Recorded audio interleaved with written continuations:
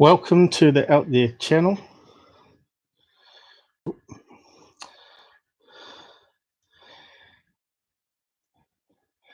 Welcome to the Out There channel, live stream 103. So we're a bit late starting because new problems cropped up, namely to do with the pop-out chat. So not sure what was going on there. Some code changes maybe, had to clear cache and whatnot, disable extensions. So I'll just cue the intro and music. Doesn't look like we've got anyone joining us on voice tonight, so that gives us a bit more CPU to work with.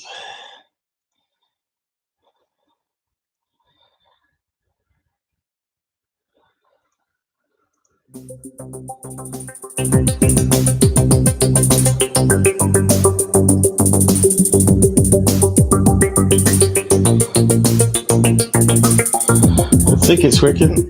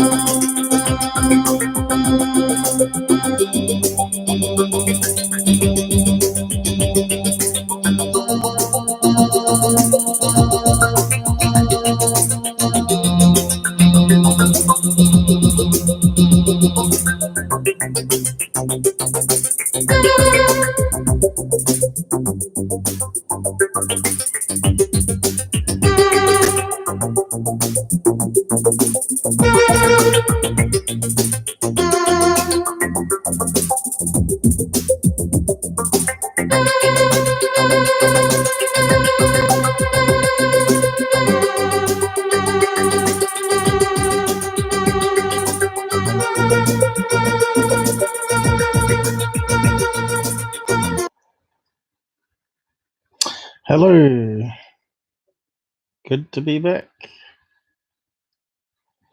Wonder if that thing works.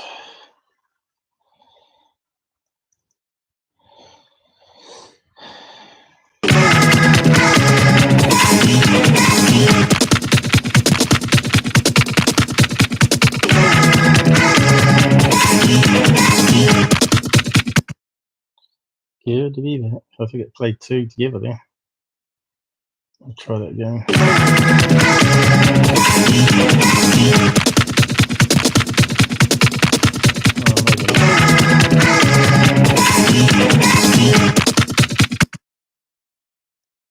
I think it's just because the mixer makes an echo that I hear, but you probably don't hear it. Well, we better stop playing the intro. Switch to the desktop. Yeah, so it was a bit of a rush. We had a few technical problems here. I don't know if anyone's watching. I reckon they've got one. John's got allergies, and of course it's late at night for him, midnight, 1 o'clock, so he decided to skip it. I think if he got rid of all his cats that he's got, I think he'd be better off with the allergies, frankly.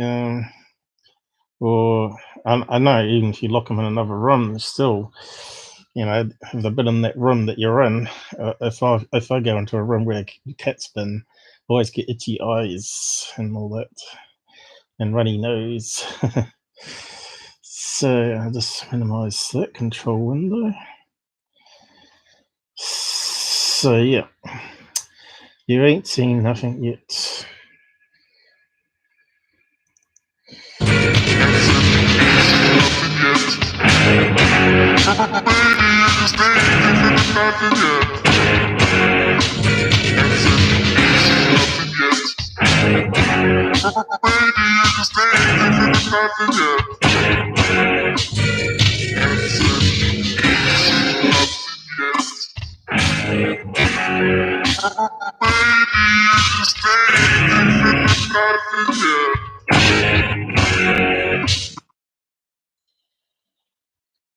So that's normally what I say to naysayers and people haters.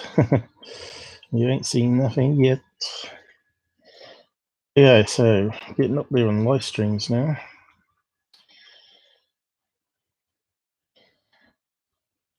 For a 4-hour live stream, it takes me that long to do a 5-minute shortened episode, so it's a better resource of time actually. To do a live stream over regular edits where you condense it all, a bit like that one I did with UFO cases. I did, you know, how many were there? Probably 40. So they're like 3 or 5 minutes, but they still take time to make. So we've got a few tabs here to go through tonight. I'll see how I go energy wise.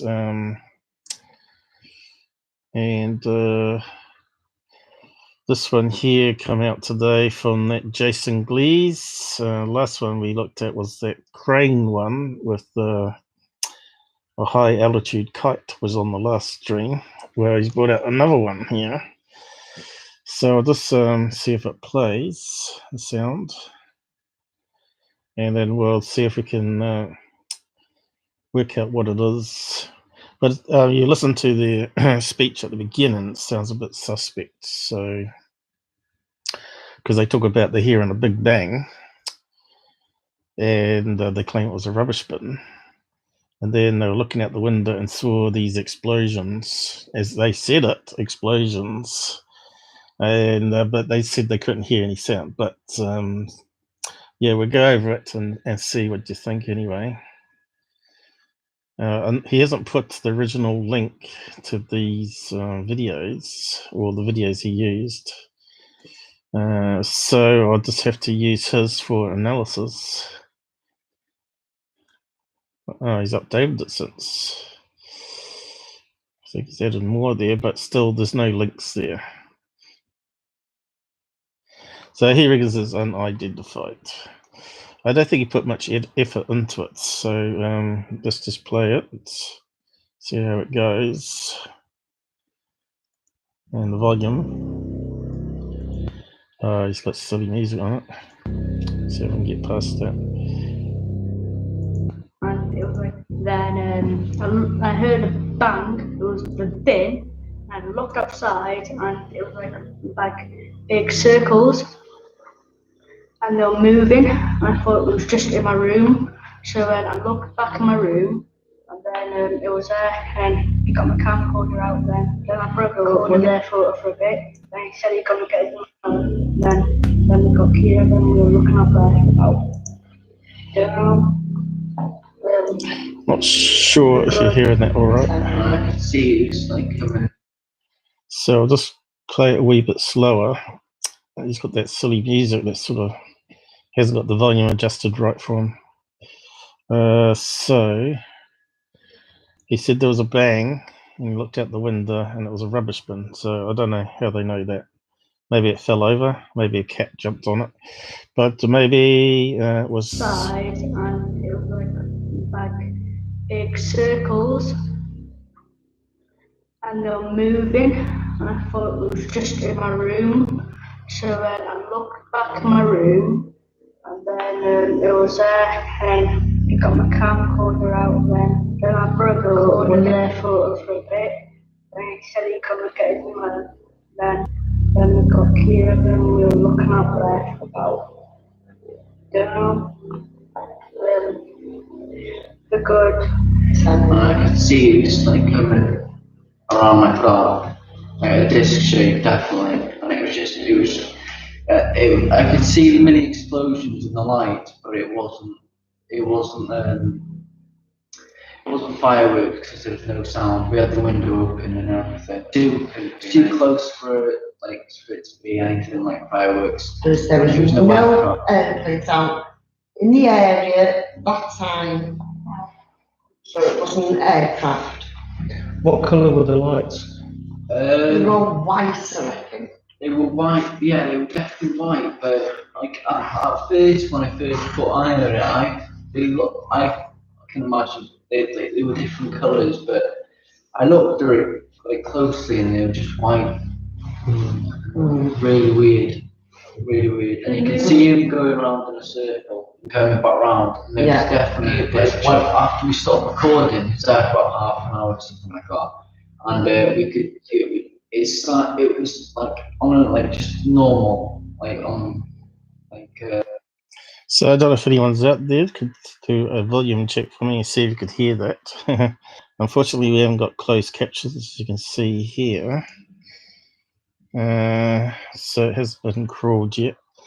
So they're saying it's explosions of little beads of light going in an arc. And could have been fireworks. So they've naturally assumed it's not fireworks, but I beg to differ. So we're just skipping past all that. Get to the footage that comes up here where they film it. Might see if I can zoom in on it.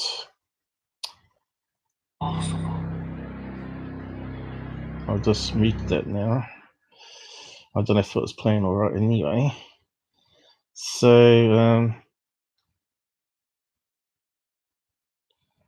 they're just above the house over the road here. You can see it's pretty low down. And it seems to be going in a arc, like he's saying, and not going up much higher.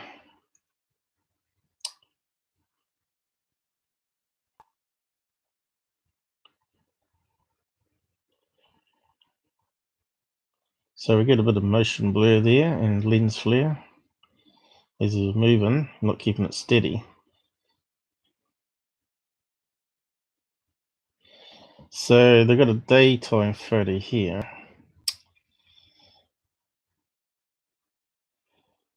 As you can see, looks like it's got a lot of trees and hillside here.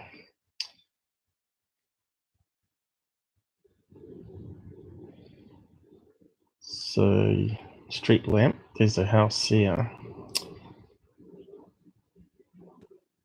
To me, it looks like those mini rockets you can get that don't make much of a bang. They just make a fizz noise, like a. You don't hear it. It's like little handheld ones you can get. You can just angle it from your body, light it, and it shoots out. That's what I think it might be. And see how it sort of fades out. You know, just like fireworks would do as they shoot out bright little sparkly things.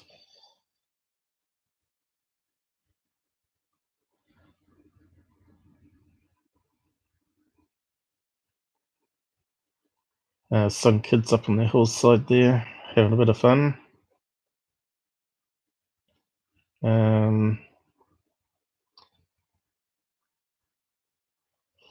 What was the date on that?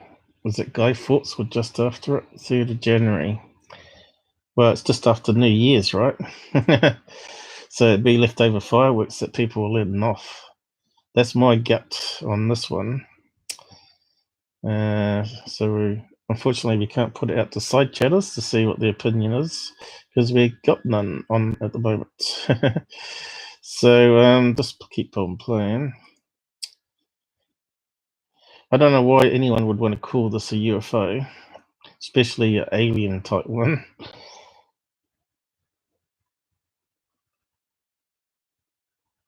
And the way the boys were talking, I think they probably knew it was handheld rockets being let off. They seem to have they seem to try and get people away from the idea that it's not fireworks straight away, you know. Bang noise. Let's see, I think it might have some background noise, which kind of sounds like some bang noises going on.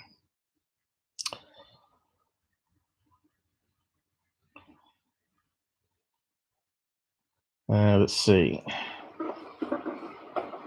I'll just go back and play it again and see if we can hear anything, but it's pretty low volume.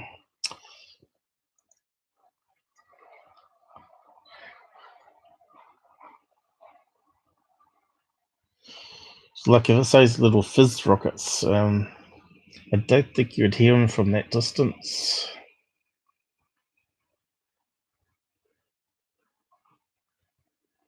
So this Jason is making all this stuff, all rotating, appear to be a closed formation. Well, if you've got rocket sparklers coming out, and of course it's going to go in an arc with gravity, isn't it? So I guess that's what he means by rotation. Rather than all arcing is really a proper term there. Rotation means like it's spinning on an axis. So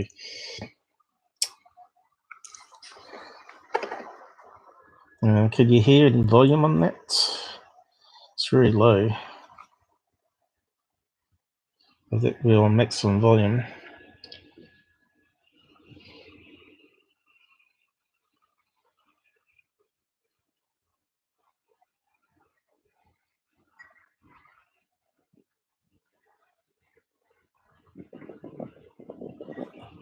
Hear that noise here?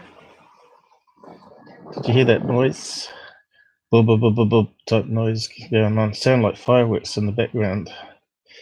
I think probably would have to rip it and really amp up the volume a bit. I'll just play it back again. Maybe it's on a slightly slow speed here, so it's going to drag out the sounds a bit more.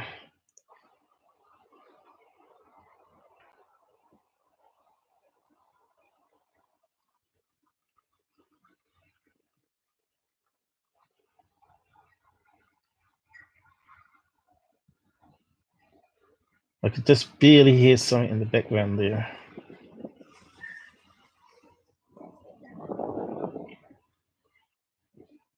Now we've got some wind noise.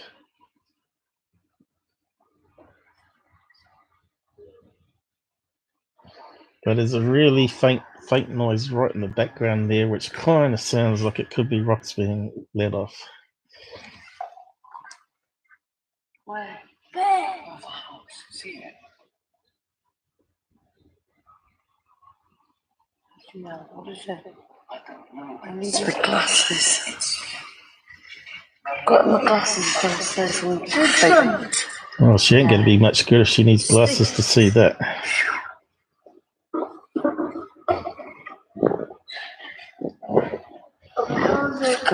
Yeah, it's amazing what gets into the New Zealand, what is it, UK papers, UK rags. I think this must have been a UK rag one. What people put out as UFO video. What made you look over there?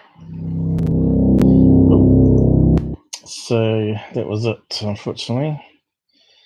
So we've got this daytime photograph that he overlays, which is what I would do over the night footage to see where the lights were.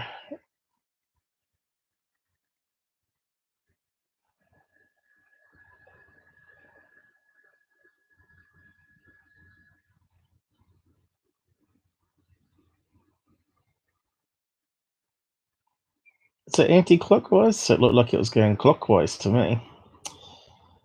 Going left to right, but there could be some also firing back this way, I guess. Right to left. So there he's overlaid the daytime photo, and guess what? It lines up with the hill.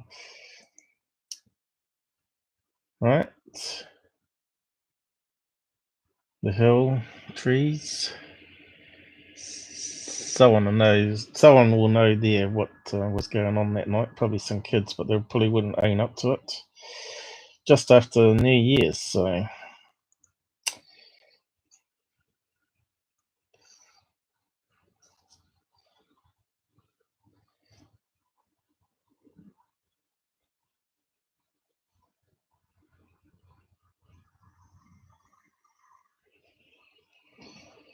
He likes drawing his big red circles around things. It's fairly obvious where it is.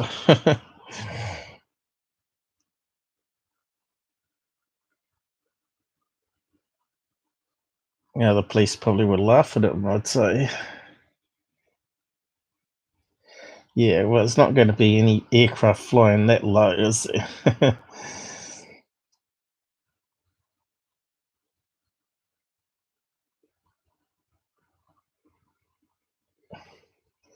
Obviously, you could see it was recorded on tape, I think, because we got some noise.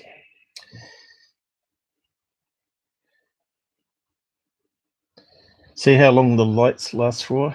Typical fireworks, you know. Not very long at all. And they're not flares, because flares last longer than that. And they'd go a lot higher, I'd say, as well.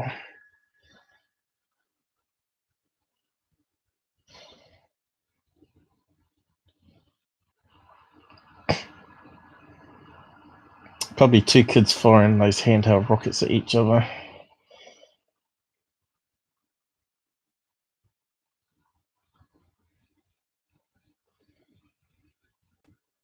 Don't know if there's any sound on it. That's amazing. Oh, this is a second video. Just get back to it again. Good shaking eyes. Wow. That's amazing. That's weird. Shut up!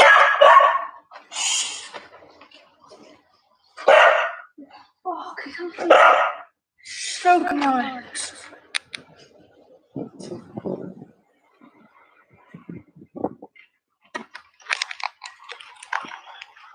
That's amazing.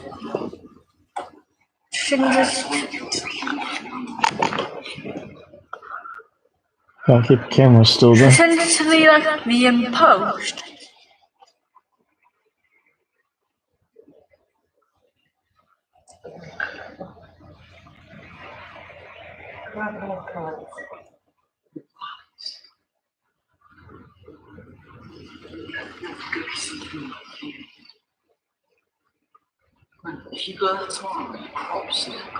Don't think it's torch lights there or card lights. So I think it's like the rockets only go a certain distance. These little tiny ones. Yeah, if we upload this to YouTube, Alex. Yeah. Would you consider it? I think you can get hold of normal rockets and you can cut them down so they're not like shoot off so far.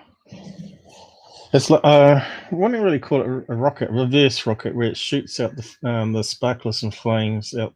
I don't know what you call them.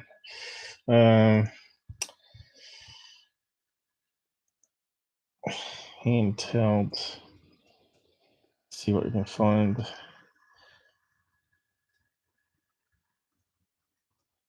Kind of like a sparkler. I suppose it's a bit like a flare, really, but a firework handheld flare, maybe.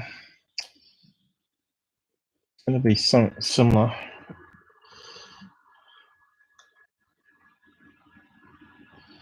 See, those ones make a lot of smoke and are red.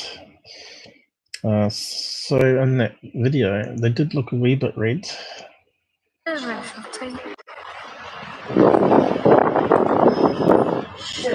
Look more white there, don't they? Let's see if we can zoom in.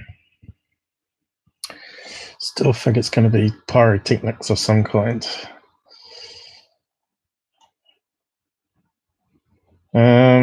Yeah, like that, you know, but fireworks.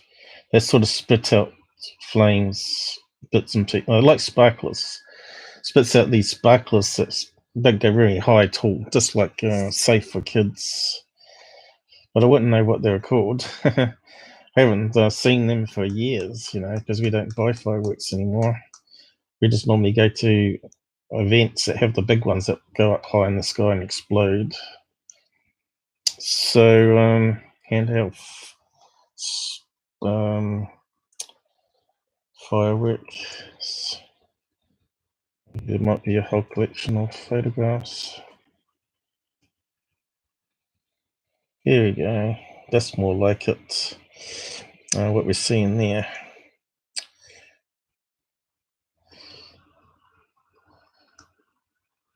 Oh, I did see an image there.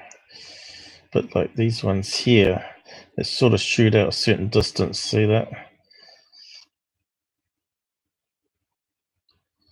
Look at the jet of stuff. Hello, who we got here? Hey, how's it going? Very funny. Hello from username 123456. Your username is 1111, isn't it? Now, where is your username? It's that bit there, isn't it? Anyway, so there's Sparkless, right?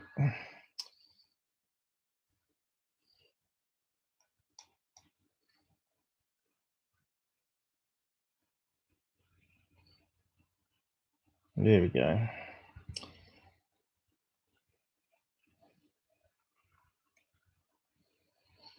Although these ones look a bit more sparkly than what's on the picture. And that one looks too constant.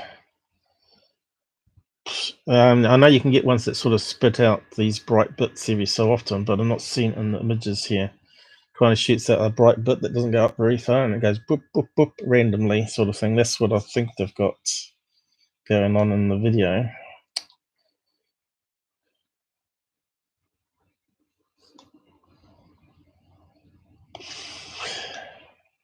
I'm pretty sure you know what I'm talking about. They all pretty much look the same type of image that we're getting here.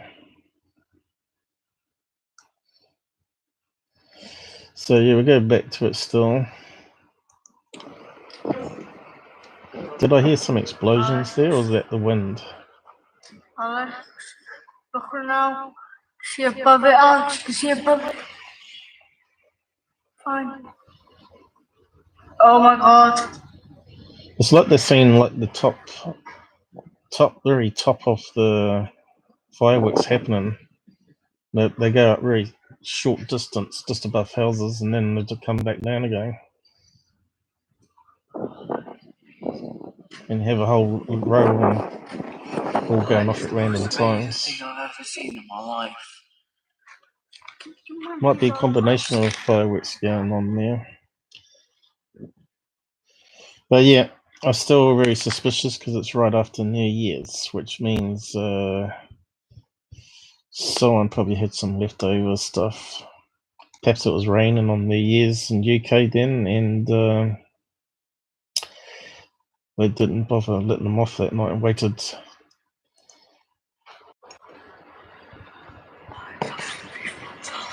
Oh, there you go. A detailed frame. Where's he getting the colours from, though? Man, doesn't that look like a firework? You know, you got the smoke going up here. Looks like some smoke. So you managed to zoom in on the original photograph by the looks of it. Or frame, I should say. Definitely looks like fireworks going on. And they just can't hear it. Because none of them make a lot of noise. I can't. I'm stuck. This is the position. See that? They're all different shapes. Can't be lights on a craft or UFO or anything like that. Don't ask.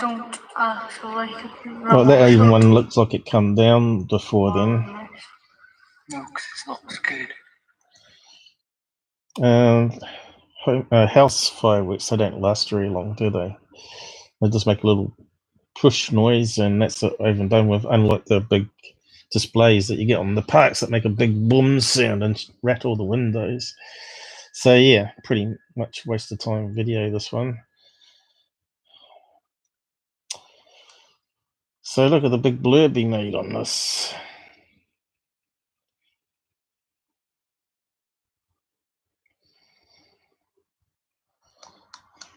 It's all about the story, not about the evidence. Of course, no one else reported on it, which is kind of strange.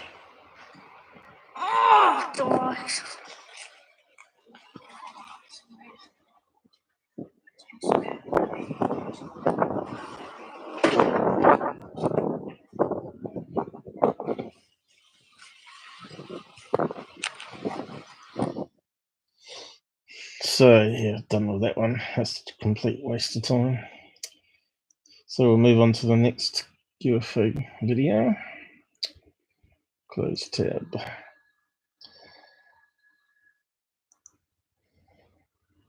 Just work backwards, I guess. So this one came out from... I'll just mute it. I think they swear a bit, actually.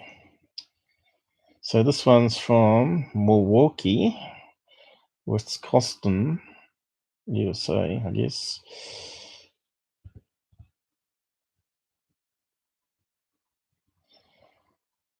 I'm not sure if I said that right, actually. Let's see what the speech thing does with it. Milwaukee, Wisconsin. Wisconsin. Doesn't sound right, even with the robot saying it.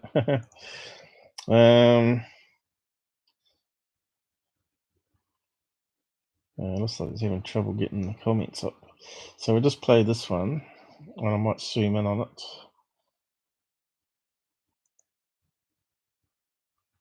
Let's see, go past his thing.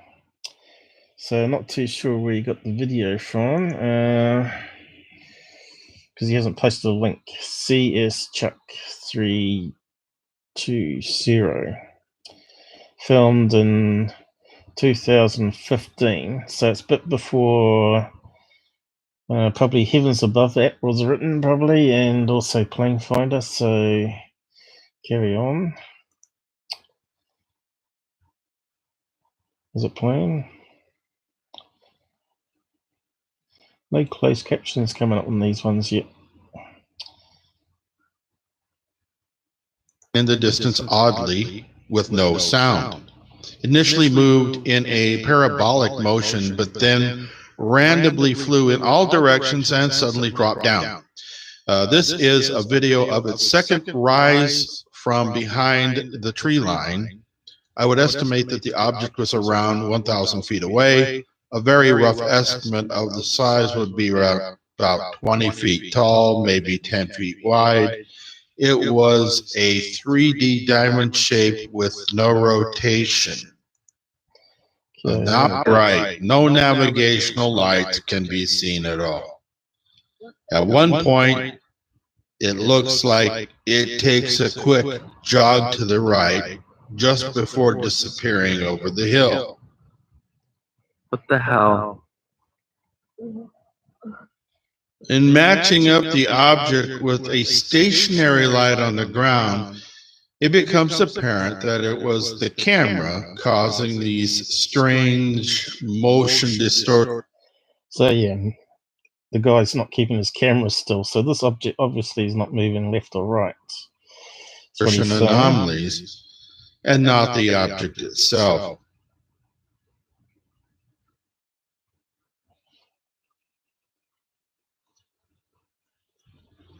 Another thing I noticed is that it starts to fade away just prior to it disappearing behind the hill.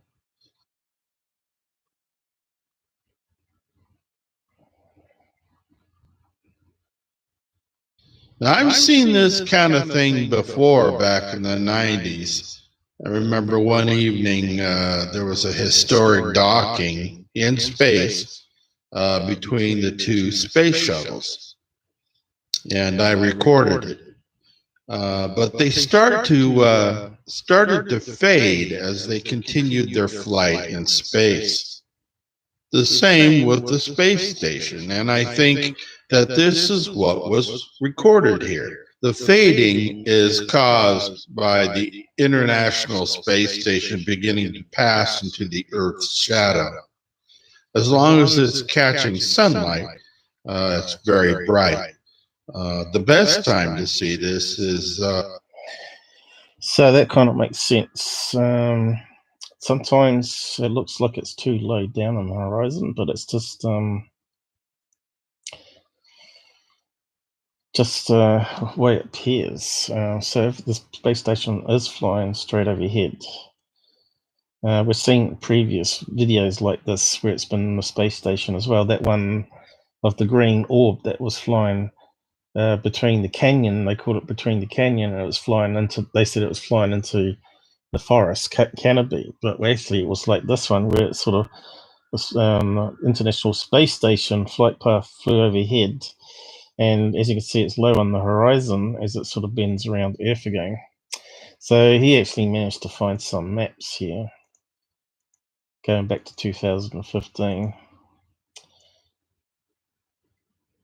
So he worked out which way they were looking to see if it lines up with the direction of the space station.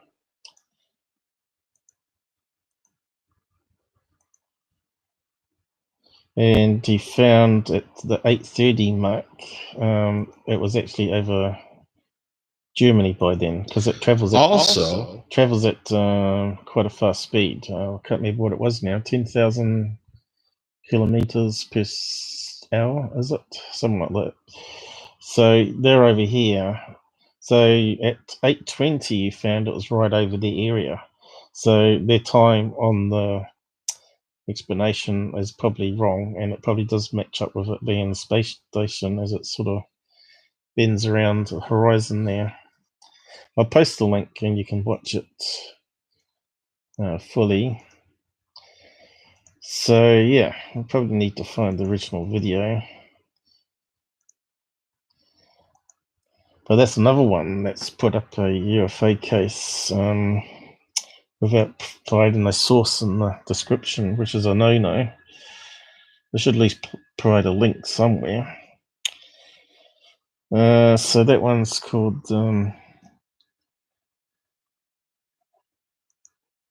Sunset for him was Milwaukee.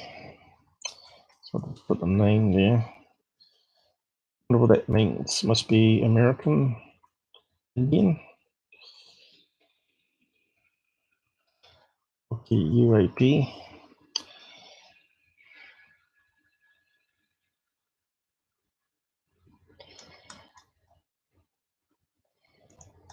So surrounds.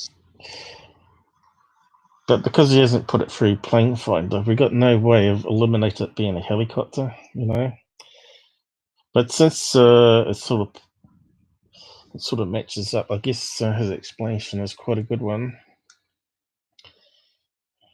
Here we got. Now the Turkey one we debunked last couple of streams. The Turkey one was a collection of UFO videos and possibly some hoaxes thrown in the mix, which is a bit shame because that was my favorite case until I found out that it was actually internal lens, a telescope, that they were catching the edge off. That explains why it's a funny shape. And the aliens in it were actually just like little micro screws in the edge of the telephoto. And the eyes were actually probably where it's got like threads either side of the screws. And since it's low res camera footage, or whatever you want to call it, VHS tape or whatever they used back then, and they just wiggled the telephoto around. It sort of gave movement to the heads. That's what I think was going on. I think they may have known it was internal lens, and there was sort of hoaxing it, which is a damn shame because it so looked convincing, the aliens anyway. But if you haven't watched it, go back to that live I did 2 lives ago, I think it was. Live 101, I guess. Yeah, closed it. So that brings us I'm on Mick West of Medibunk.org. This brings us to this one that's doing the rounds at the moment. And Medibunk sort of has nailed it again. So I'll just play it with the sound. See if we can see the original footage. So here's the original footage that they claim was a group of UFOs. And he's playing it back and forth in the software. Now they said it can't be a airplane with lights underneath because the stars are shining through, but it was a special camera for taking stars, and as you know, stars need a bit of longer exposure to be able to see them better, and that's what would cause the streaking to happen in here. Of course, the wings on a plane are so small. Let's see. Video from the time. To explain it, but in some respects it's all the more wonderful that we can't. Here's our science correspondent, Michael Gill.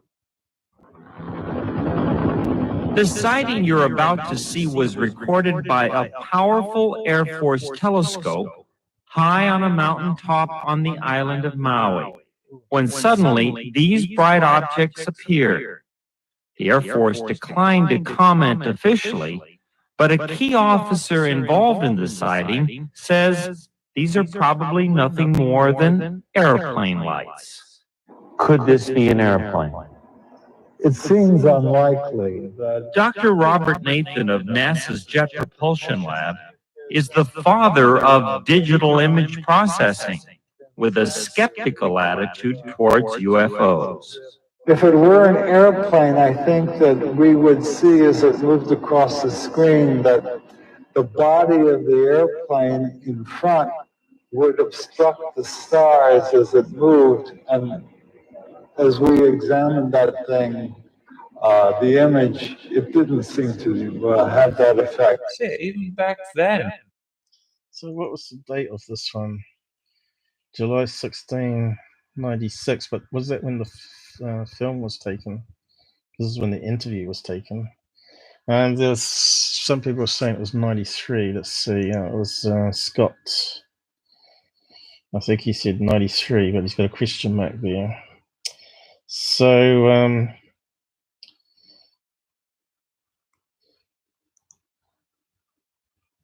that effect. Even back then, they were giving the exact same objection that you know, if it was a plane, why isn't it obscuring the stars? And so I thought about this, and I think the reason is that the lights are essentially being blurred. The telescope that they use to video this is aiming at the stars, so it's got this kind of long exposure where they use the persistence of the image from frame to frame to build up the image of the stars over a few frames, so you can actually see better. And that's having the effect that it's blurring out these trails of the lights. So yeah, so if we look at plane lights underneath, normally have a bright light underneath in the middle where the body of the plane would be, and it would have has lights on the wingtips, but it also has red and green on the wingtips, as well as a collision avoidance light. So we can't actually see that in this, and it's also old video, but it doesn't mean that they weren't there, especially if it's on long exposure. We've done a similar case to this called the deep space one, which Scott here has brought up too. And I did a UFO case on it, remember? I can't remember which number it was. UFO case 33 or something, probably. But that turned out to be a plane too. So as you can see here, this has got reflections off the motors happening, but you can't actually see, because of long exposure, you can't actually see the wingtip green light, which would be here, and the red one.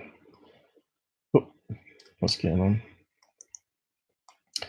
So yeah, planes have different light systems though. Some have I saw one pass over a house the other night that had like 3 white lights underneath each wing, which I've never seen before.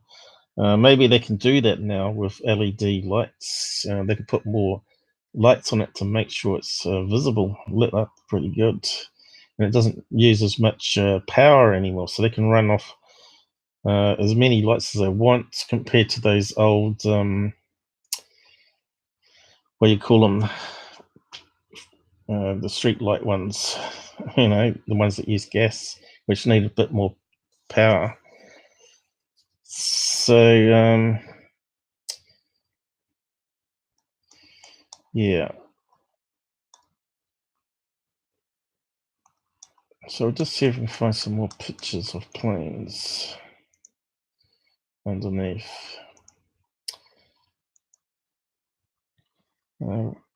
Lights on the plane wings.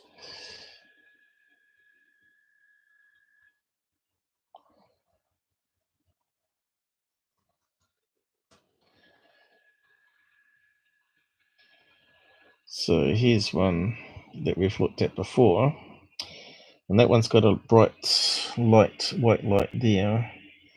Then it's also got the green and red wingtip ones, which are quite bright. But this will be like a military, probably plane where they can turn off lights as well. So this one here, they can actually turn off various lights, turn them off completely to make themselves go dark, and they can turn off their call sign as well.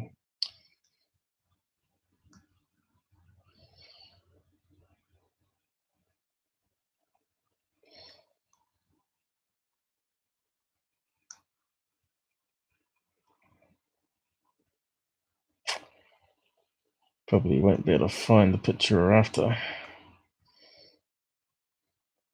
Google's not very helpful on the searches.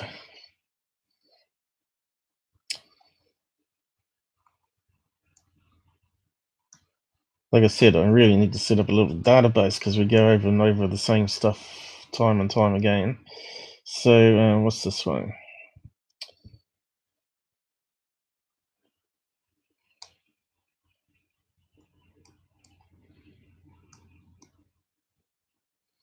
See, normally they have one in the middle here, and they have now ones on each wing, and they also have white ones facing backwards on the wings, which is basically what we're seeing in that video. But it's just a matter of finding the right plane that has that configuration of lights.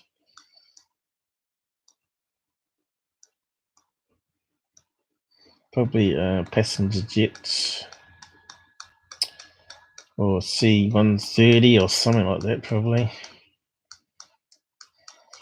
So if that passes in the viewpoint of a stargazer, they've got the camera set up on slow shutter or long exposure, as it's called. It allows more light from a weaker source to come in to be processed on the optical sensors, whether it's film, whether it's a digital camera on the CCD. It's going to leave a streak, especially if it's moving fast closer to the camera while it's open. So you're going to get a streak of light, what they call ghosting. And let's see, jet wings and the jet maybe.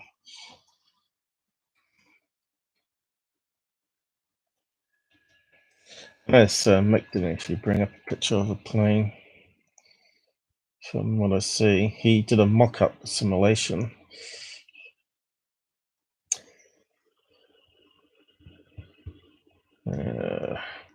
Of course, they have more lights when they're coming into land and take off, of course.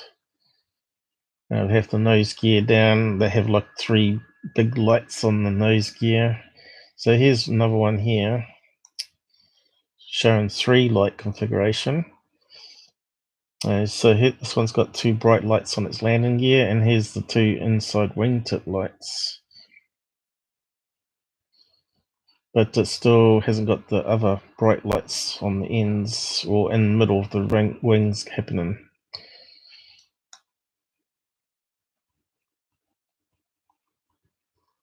Probably better off taking some pictures of planes flying over my house, so I've got a collection, but I need a camera that can actually see it good enough.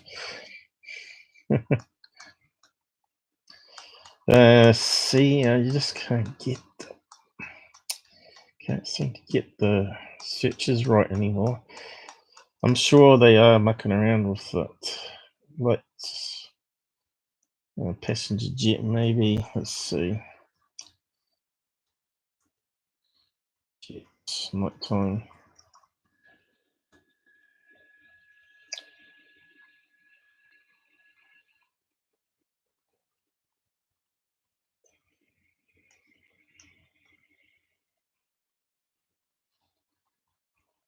Here's one here.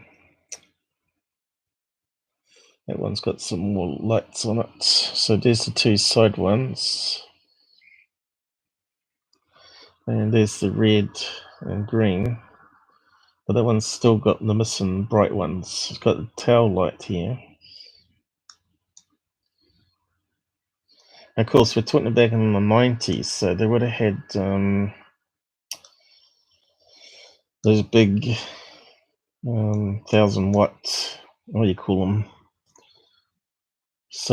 Not sodium lights, neon, not neon. What do you call them? You can never figure the right name when you want to. But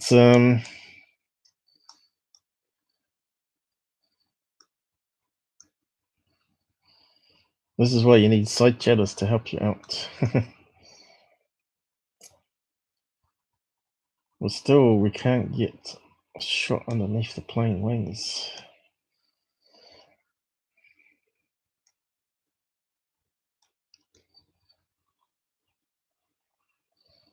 They even said night time.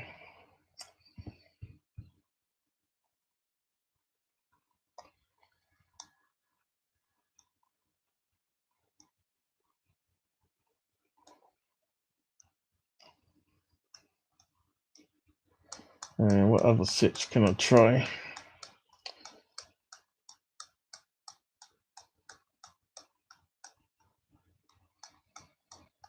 It's just crazy you can't find it. But yeah, let's do lights playing.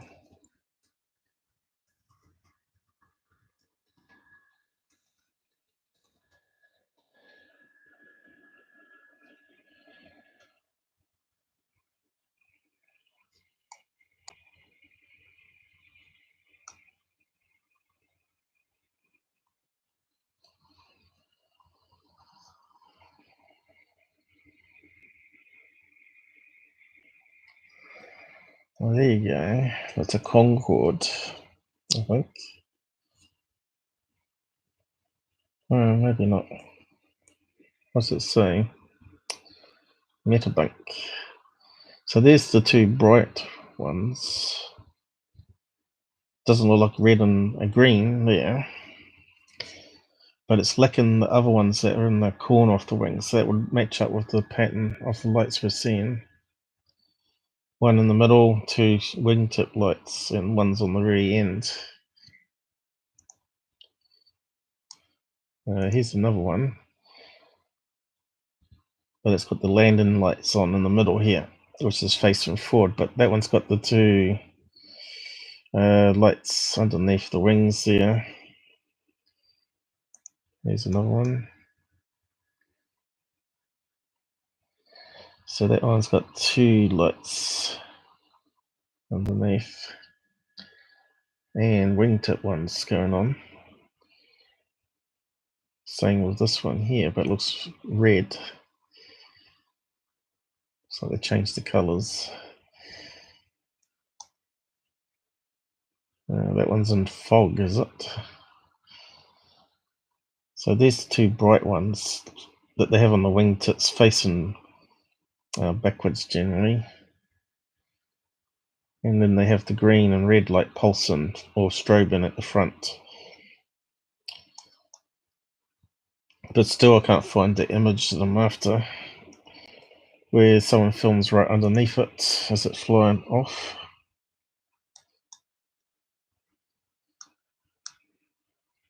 There's another one. Two lights either side.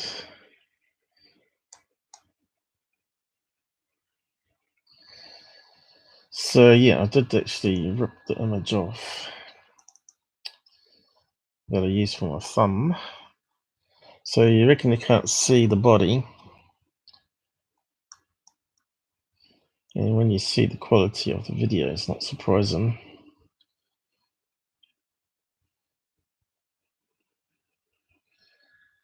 Don't know if we can enhance it any.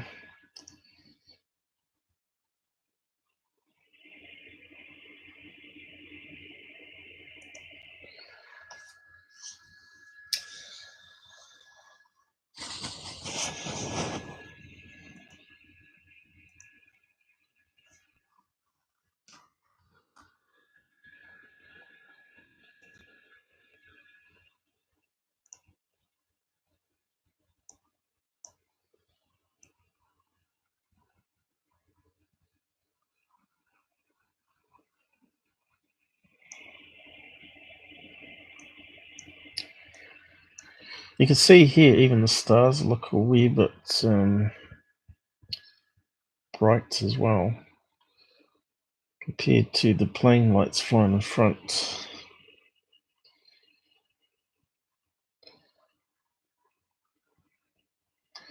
It'd be good if we can get a picture of a plane and overlay it actually.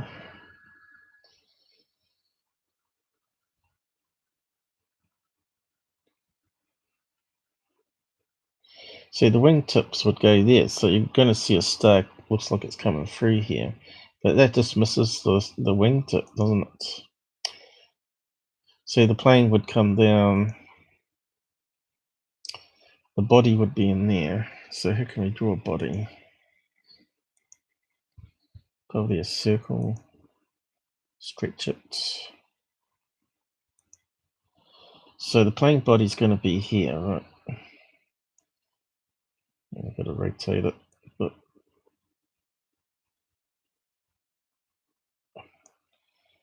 so it's going to miss. It's going to miss that other star in the front, and the wings going to be back on an angle here. Actually, that probably needs to go a wee bit more forward, but I think the wings would come this way, which are curved. So probably need to. So I'll just get that just right. Go back to that one.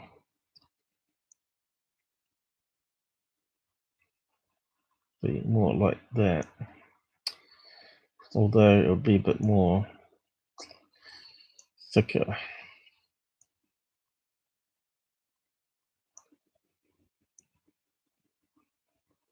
So that star hasn't been cut off yet. The plane wings got to be on that angle there, and with the lights. Let's see if we can get it right. Blurry old VHS tape. That's probably too far forward there. Now you can see drawing's not that easy. So the wings would be coming back. Haven't got quite the right angles. So they wouldn't be that thick, the wings. So easily it would pass and stars would look like it's coming through.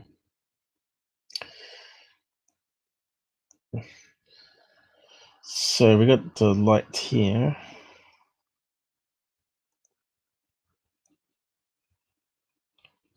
Probably on the wingtip or just before it maybe. And you got one on the inside here. And here. And one definitely in the middle, which is quite big, bright. So there's the 5 lights, and the other ones would be stars. So that would be a star. And that would be a star there. Looks like one just here. One there. Oh. Yeah.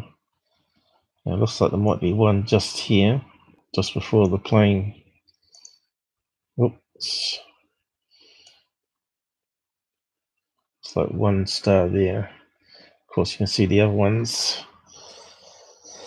So so far I'm agreeing with Mick, but I wanted to get a picture of a plane, just overlay it. What's this one here?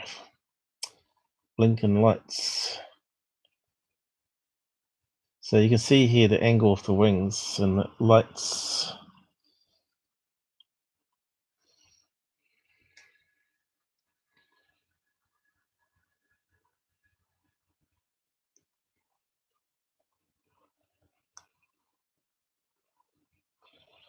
What's this one?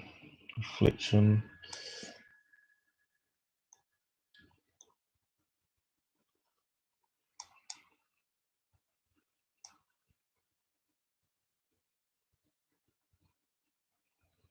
Of course, you want one that's in flight and not got the landing gear down, because a lot of these images will be from plane spotters as the plane's coming in to land or take off, rather than in the sky midway. I wonder if we can find a video of someone that's taking it flying overhead. That would be quite good.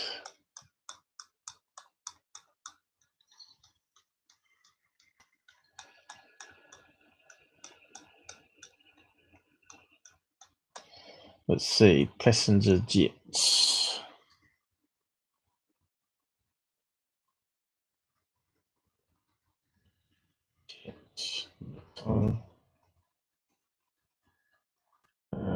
Zoomed.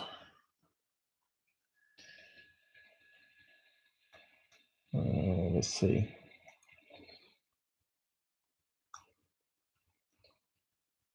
There might be a video.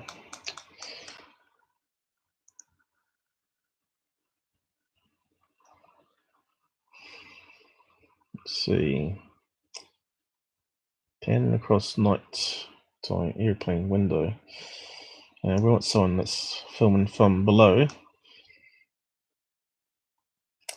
Airplane comes in for landing.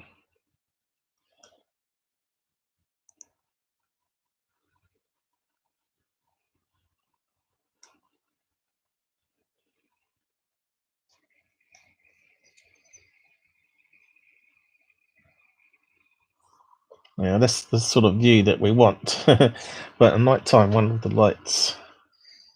That would be quite good. So that's a P1900 Nixon zoomed. So it probably got 80 times zoom on it. It's probably way up there. But that was the sort of thing we're looking for, the angle for this particular video. There's bound to be one out there.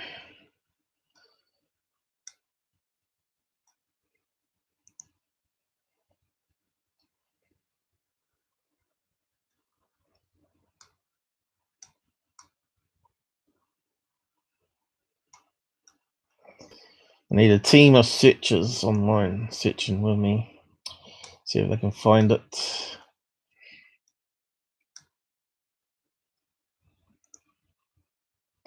And join in on the investigation. But yeah, as you can see, it's really hard to find footage. I really have to do my own sometime. Just need to get the money for camera gear. My P1000 would be quite good. I want to get one of those low light starlight security cameras. I think that might be able to get some footage of the lights of planes flying overhead. Anyway, we'll just play Mike's rest of it here. I'll post a link to it so you can go and watch it directly. The 1993, 1996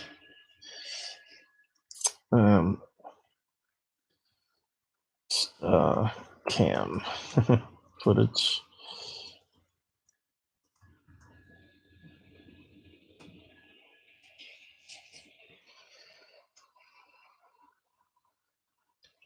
Making the stars not disappear so much when the plane goes over them.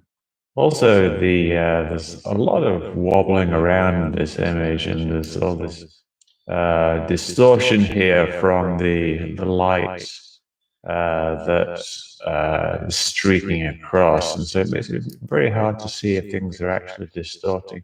But what's actually going on? I did a little mock-up here in Photoshop of what you might expect. Here's a plane moving across the sky. You can see the black silhouette of the plane obscuring the sky behind it. I just put gray background in, but let me remove that. And so here is the plane moving across the sky. Now you can see it's actually quite hard to see the silhouette of the plane, even though the silhouette is actually there. However, you can actually see it obscure the stars as it goes by. Now this is because this is like a proper video where every single shot is perfectly in focus, and things don't persist from frame to frame. So what I did is I rendered out this video of this plane moving across the starfield, and I took it into Adobe After Effects, and I have the same video here, and I added this effect to it. The echo effect, which we have over here, configured over here. And when I play this now, it's creating these trails by essentially persisting the image for, let's see, 10 frames, I think we have here. So the stars persist because they don't move, so you don't see any change other than the background getting a bit grayer and brighter, which is something you actually see in the video. You get this gray sky rather than a black sky. So that sort of much explains it there. So if you imagine them filming the night sky with a special camera, and it's staying open longer to let more light in, so a slow movement of the Earth to the stars won't come streaky. But if you get a plane or any object that's passing closer in front of the camera, you get the streaks of light because the plane's moving so fast. So it's like joining lots of little lights together into like a flare type situation.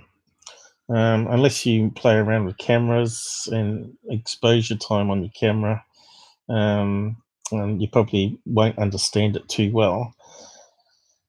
But again, it's just a camera artifact that's happening here. And of course, the plane's passed over the star, but then the starlight's being picked up by the special camera with the slow shutter. So the light is actually coming through the wing of the aircraft again. Might not be as bright because you're overlaying images in the sensor and memory, and it's building up the image. So unless we saw the actual specs of the camera, that's definitely what's happening here. 1990 special star camera. So you pass that one down now.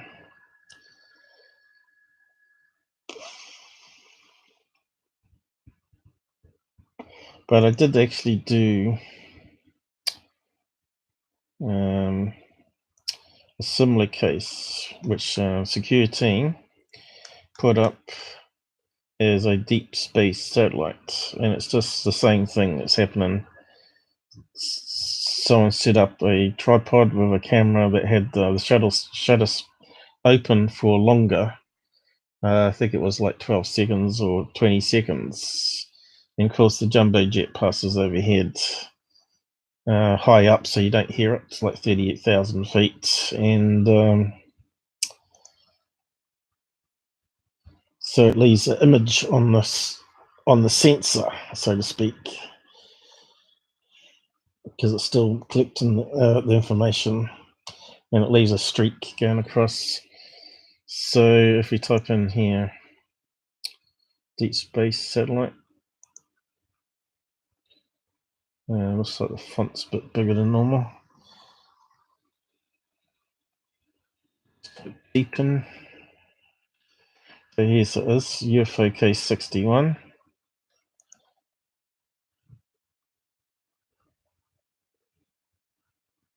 I'll just mute it. So I'll paste that one there, which is a similar thing, but using more modern cameras. Deep space satellite.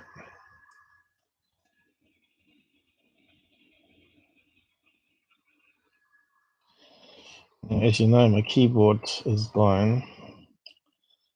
It doesn't do touch typing anymore.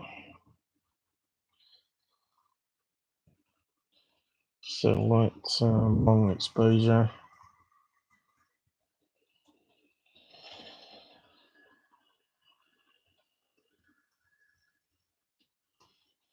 So that's the saying when you get a satellite passing, when someone's trying to take a picture of the stars, satellite passing that's reflecting lights of its solar panels, that will create this cigar shape or cylinder shape on the photo. So QQQvid knows about this, but he puts it up as cigar UFOs. And this is one of them, deep space one.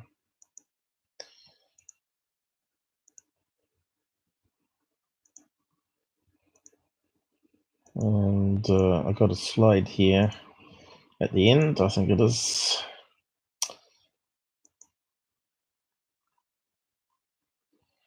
So I managed to find the plane fly right over his area, and the light configuration it used. 77200.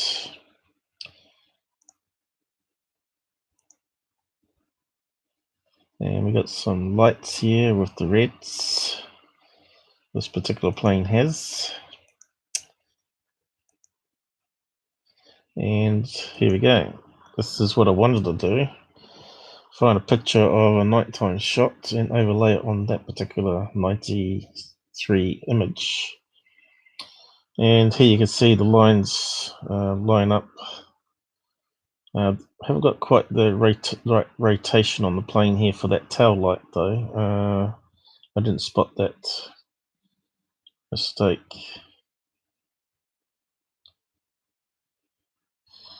I think there might be a light there too. Probably what I thought was that line there. And there's also a really faint line which you can't see, but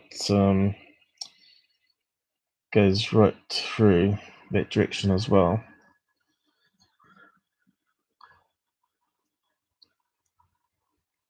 But he's not going to see the plane body because it's not very bright. And so as the plane passes through the star system that they're sort of photographing, then the starlight is then coming back through that location. So all you get is the bright things left behind, and you won't see any shape of the plane. It's just the way long exposure works. It's like overlaying many images over top and adding all the brightness together, pretty much. Which is basically what I sort of have shown on here with add layer. So if we go back to the base image here, I'll just get rid of those lines.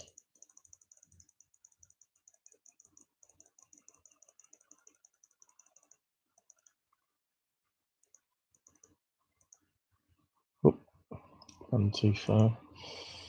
So do a copy of that one.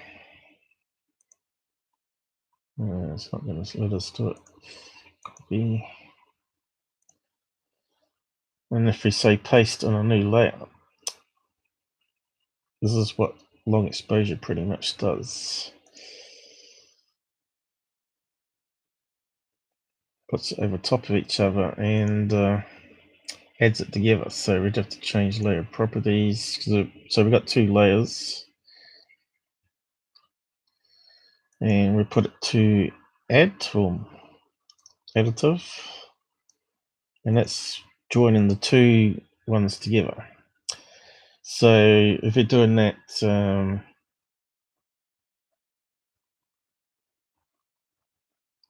one frame every 1/60. So as you can see here, it gets brighter. So if something flew in front of it, so the dark bits will get darker and the brighter bits will simply get brighter if they don't move. But in this case, the plane moved a wee bit, so it sort of stretches the light that way. But the stars stay in the same position. If that makes sense. So the stars line up, but the plane has moved in that 1/60 of a second. So that's why you get the light that stretches.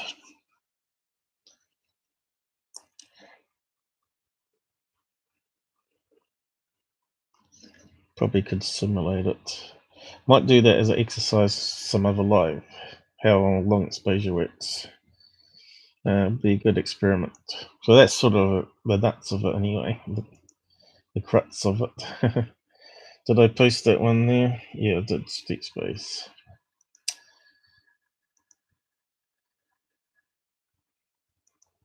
So yeah, we're not getting too many people watching, are we? Probably wasting my time again. So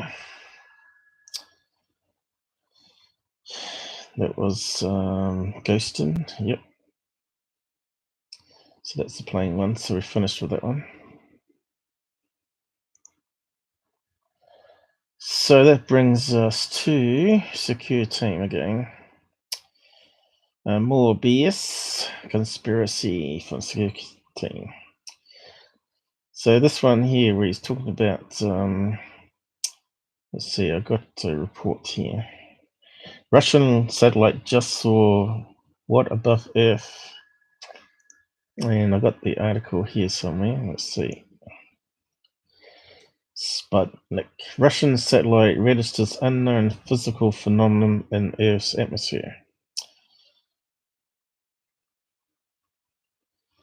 So it says here, it's got an ultraviolet telescope installed on the Russian satellite Lomonosov. Has registered light explosions in the planet's atmosphere. So they're seeing ultraviolet light bursts, whose physical nature has not been explained so far. So it's obviously something natural. The director of Research Institute of Nuclear Physics at Russian State University said in an interview.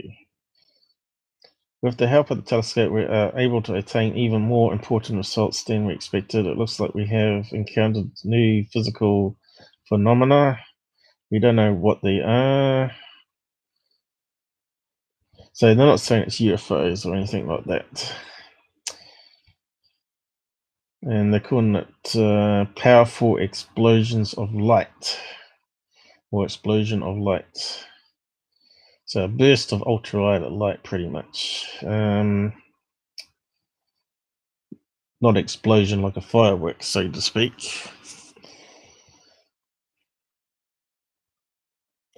It's designed to observe transient phenomenon in the upper atmosphere of Earth, as well as studying the radiation characteristics of the planet's magnetic sphere, and for basic cosmological research. It weighs 625 kilograms. Studying cosmic gamma ray bursts and the Earth's near magnetosphere. So that sort of gives a clue what they're looking for. So it's not unusual to see bursts of light going into space, especially above storms, but they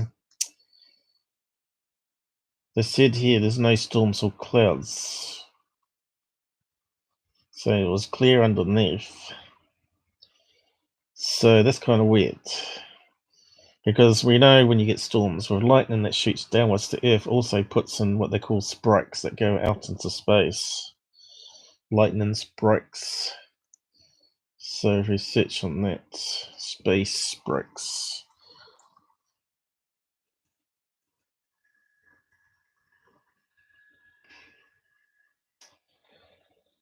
I can't see if my keys are working. Spikes or spikes, sprinkles. See if that comes up. Sprites. The sprites seen from the International Space Station. So you probably got some images here.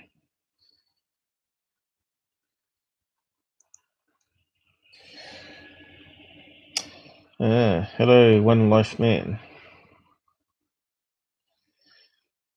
Best evidence. The best evidence is generally locked up in someone's vault somewhere, whether it's MUFON's exclusive database or the government database. That's where all the best stuff is, unfortunately. So here's a picture of a sprite that happens above a storm. They get lightning heading towards the ground, and it creates these bursts of energy heading up into the what do you call it? Stratosphere, ionosphere, maybe. So, but they're saying they've detected bursts of ultraviolet light when it's no storm underneath, which is kind of strange. So it just goes to show we don't know all our science yet. We've got a long way to go. So here we go. Stratosphere, metasphere it's called. Metasphere, thermosphere.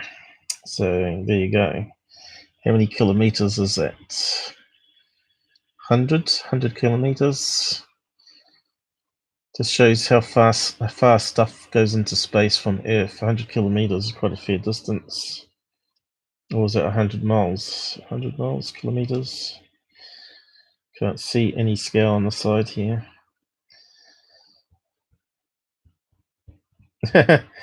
Learn how to hack to get the best evidence. You're a funny man. You should be visiting security team in prison for scamming people with his fake UFO footage. But somehow he seems to be untouchable. So we got jellyfish sprites, column sprite. So the different categories: carrot, sprite, optical image using 10,000 frame per second high-speed camera. So would be good to see the actual video of that. Is it actually a... No, it doesn't actually say it's a video, does it? Doesn't seem to click. Sprite halos, and what else we got? Aircraft damage. So, but what happens is security has, as you can see, here's a picture of sprites in space, and we've got the clouds with the storm happening. But what he's done is he's put together a lot of things. So they say there's no storm, but doesn't mean that they're not mistaken there too, is what I'm trying to point out here. Where's the image? They haven't got any images up here so we can sort of look at it. But someone has commented down here too, which is kind of makes sense. Is this another version of ball lightning or globular lightning, which is rare meteorological phenomenon and still insufficiently explained? Is it the form of luminous sphere? Well, they didn't say it was a sphere. They said it was the explosion of light. So a burst of light. So not current knowledge about it's very fragmentary. It could only be reproduced experimentally in 2007.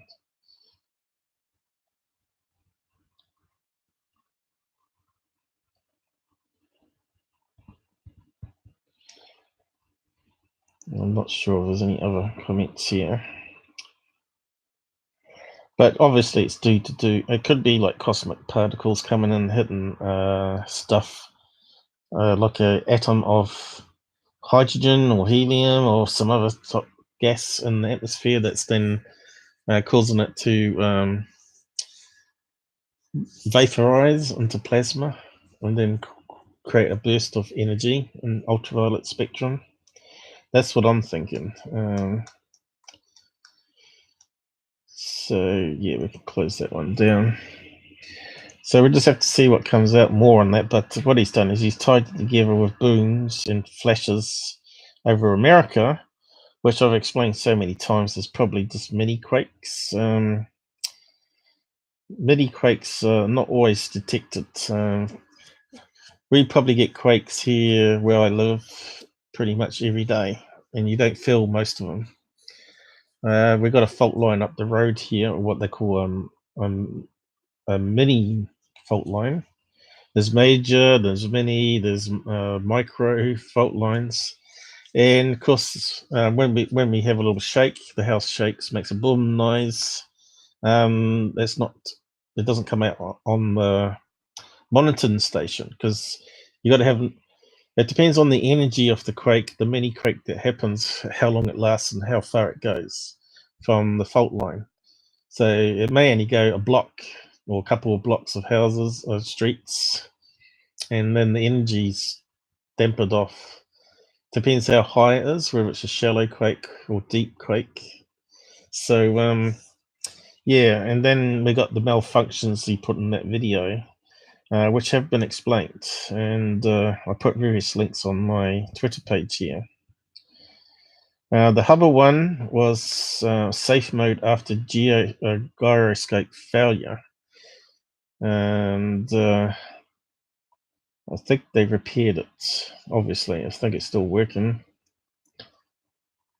And the computer malfunction on the rovers was solved as well. What they say, ever wish you had a backup brain? So basically, here, I think they fixed it by switching to a backup. This is what they're saying here. Routine in the rover while they worked to resolve problems with the main one. So yeah, two brains are better than one, or two CPUs. So they built in some redundancy there. So all the things that happened were unrelated, and I don't know about you, but I just had 3 computer devices die on me in 2 weeks. So they do happen in batches.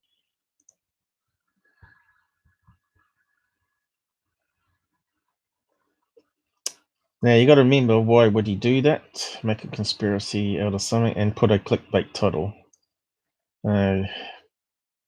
Russian site like just saw what, you know, sort of like clickbait title. Wants you to click there, because you got to remember that that 356,000 views is quite a lot of money in the bank.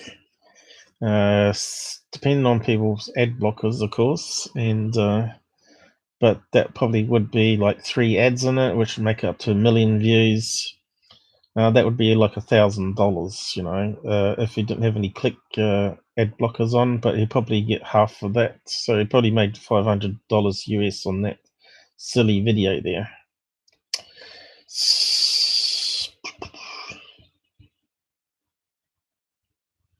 We've already talked about Gary McKinnon, Scottish guy.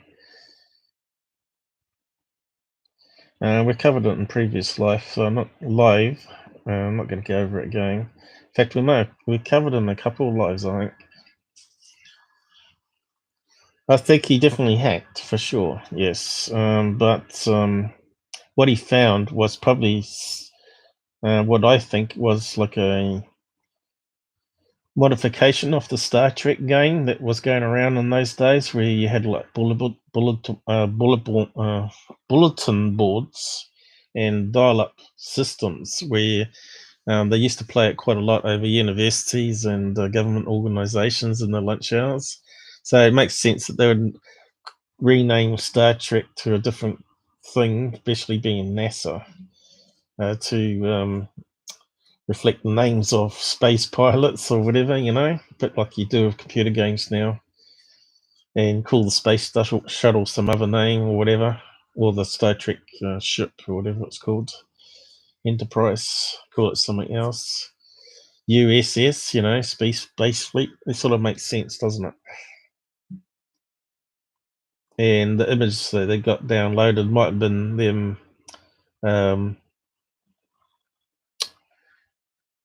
also doing the modification of the graphics and stuff. And probably it got hushed up because people got in trouble over it. They didn't want people to realize that NASA was actually playing space games or simulation games, and they should be concentrating on getting astronauts into space or whatever.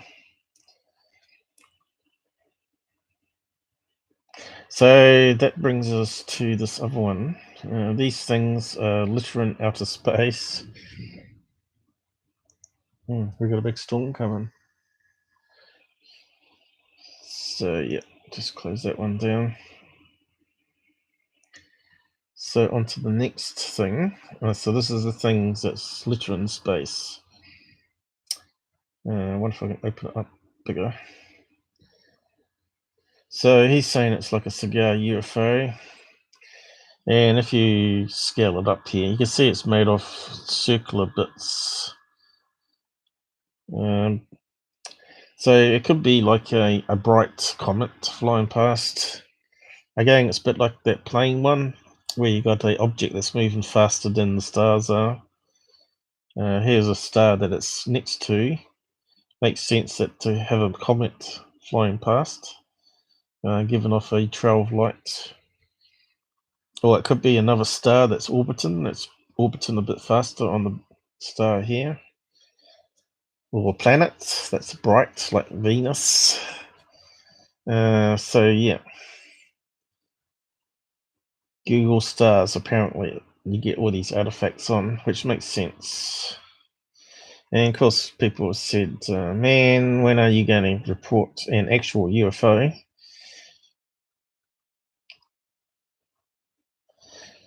Yep, they don't watch my channel.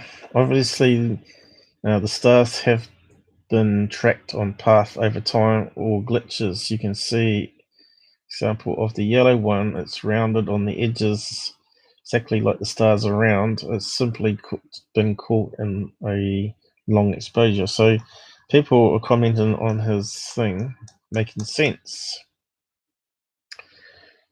So what did you get for that one? Not as many views, 235k. Let's see if we can get some images up.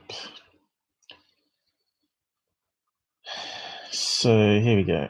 He zooms in on it. So here it is here. Obviously it's something moving fast. Why it's well, they've captured the stars to make them brighter with long exposure.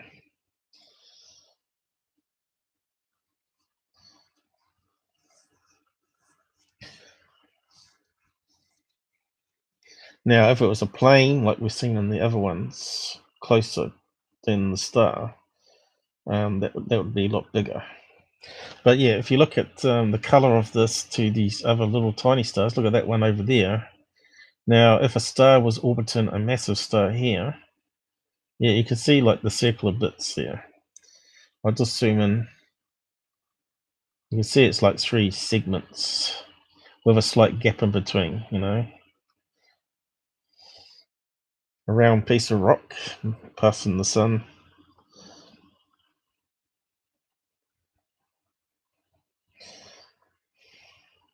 Looks like it's been artificially coloured to me too, has it?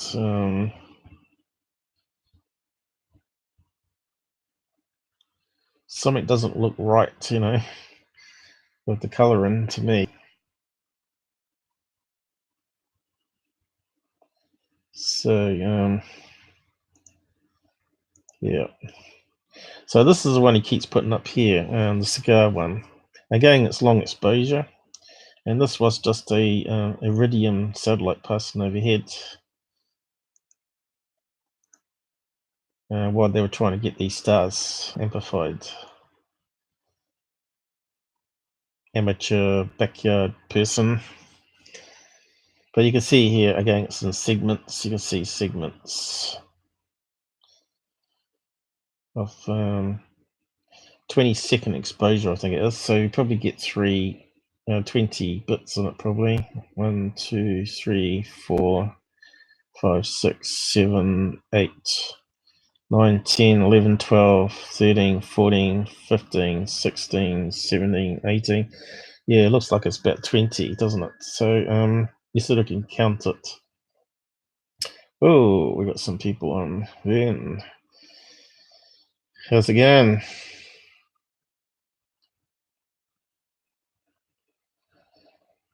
Not too sure what you mean. Fair use, you can use anybody's video. Power Breakdown does it all the time.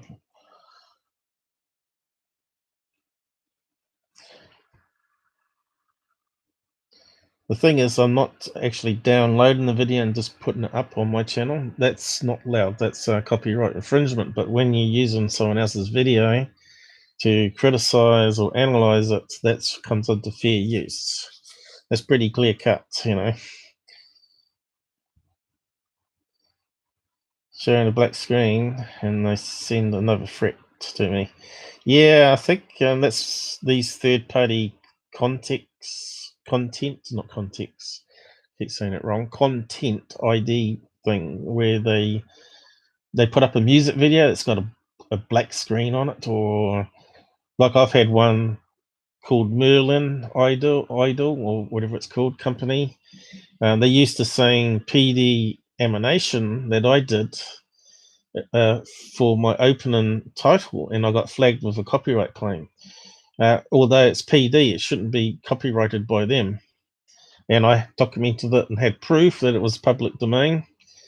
And I put a threatening letter to the company, and they removed it instantly. I got the video up on my YouTube channel.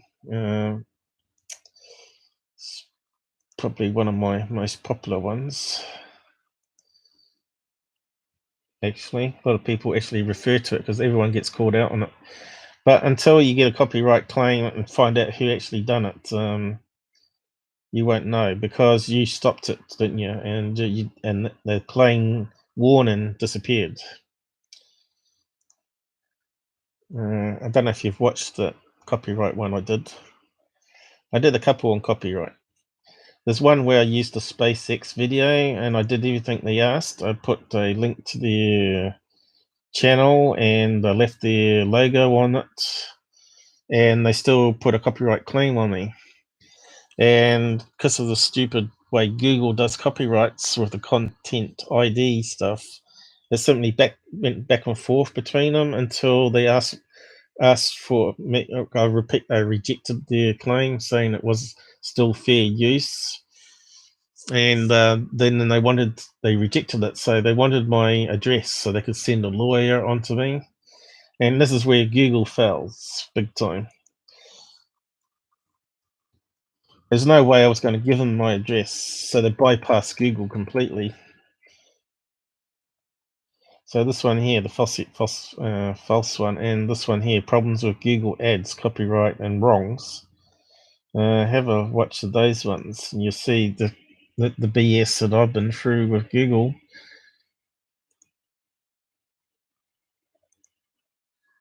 Merlin. Actually, I just had a guy 2 weeks ago.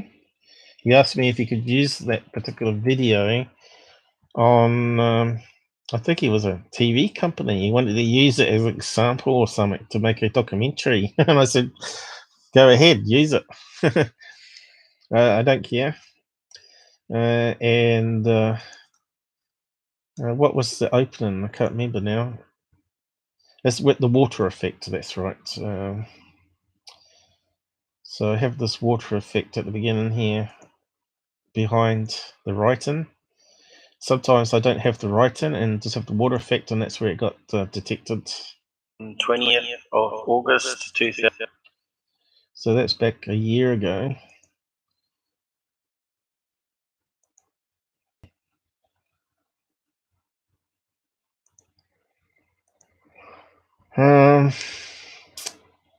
Yeah, so I wrote this letter to him, and worked out pretty good. But you probably have to watch it on full screen. But here I documented it all. Here was the PD. So that's the bit in the video they were complaining about. Creative Commons. Here's where I took it from. So free for commercial use, no attribution needed. So I didn't even have to put it in the description that I was using it from Pixelbay or whatever. And so the music company used it for their music video and put a claim on it, took control of all my videos. So that was that one. And I wrote in this big letter. So I actually found the video they put up that was that one here, You Are Dead. Because they don't actually list in the copyright claim the video that they claim they have it on. So they just simply put up the same PD clip with music on, which is a good way to take control of a lot of people's videos and collect all the income of them, unless you dispute it. Of course, Google says that there are mistakes that happen, but this looked like it was on purpose. There's no way they should be able to copyright that using a PD clip full stop. It shouldn't happen. It's a failure in the system. So, did they use it? Yes, I think so. Well, I've been getting a few hits to this particular video, so you may have put a recommendation to it. I can't show you the email because I've got it on the other screen, but I still got it archived, I think.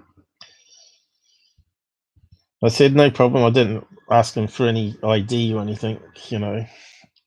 I'm quite happy for anyone to use that, as long as they just say, if it's me talking or whatever, they should really give me a link back or whatever. Yeah, I think they're doing a thing. They're going to every YouTube owner that's had these fake copyright claims put on them. They might be on a news clip or something, I don't know, or a documentary. So yeah, see what happens, I guess. What was the other one?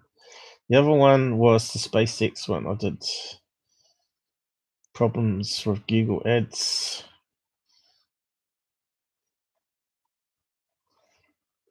Now this one was a bit of a rant, really. A rant about all the things that were changing. Nanny state has killed my YouTube channel. Yep, they took away my ads a year ago. And I was just starting to make money too. So this was the SpaceX one, was it? Do you get claims like this, Vern?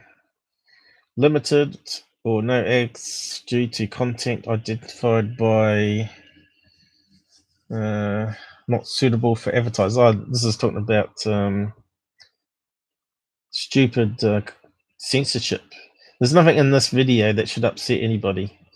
Because I put guns or ammo or the hybrid alien that had like 7 tons of ammo, straight away it gets claimed not suitable for all, which is just nuts. Because it was actually on their site on news clips as well, you know, from CBS and CNN.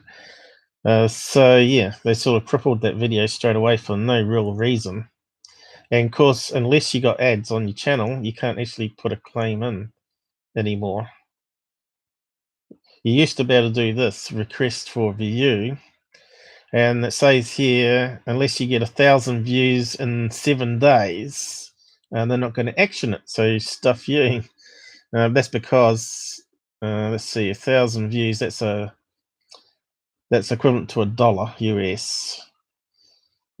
So they're not going to do it because it's going to cost them more than $1 to do it, probably, or the same as $1.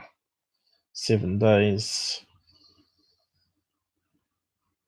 But you think if it's not a fair censorship on you, that it should get dealt with. Here's another one. You know, I did a funny one with Trump insults illegal aliens. Now, it's not to do with people jumping over walls and things. It was actually like a UFO lands and aliens pop out, and it was using clips from various speeches just to make fun of it all. And straight away, not suitable for most advertisers. Well, yeah, well, that should be pretty much all of mainstream media should be banned because they got Trump, Hillary, and Obama on it. So how's that even justified here, you know? I should post it down. You should have a watch of it. You probably have a laugh. Censorship, and also talk about the SpaceX one at the end here. Hey, QQQvid, I thought you may have disappeared. It's like your computer blew up or something. Haven't seen you around.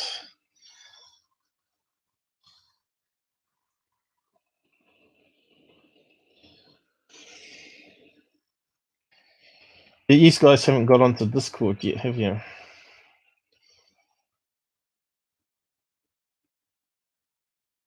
I had a lot on. Yeah. Have to find out what's going on there. So, you can come on till on Hangouts. I guess I can set you up on Hangouts if you want. And what is the time over your place here at the moment? 10 o'clock in the morning.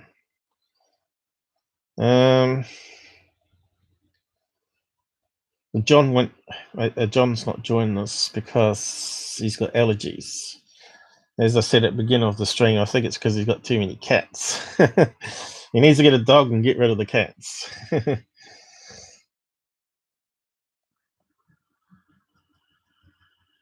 Out in. Do you guys want to chat instead of type? Let's see. I have got Hangouts, so Discord open. You should get onto Discord because it's really quite easy to use, and it's less resource hungry. Hangouts.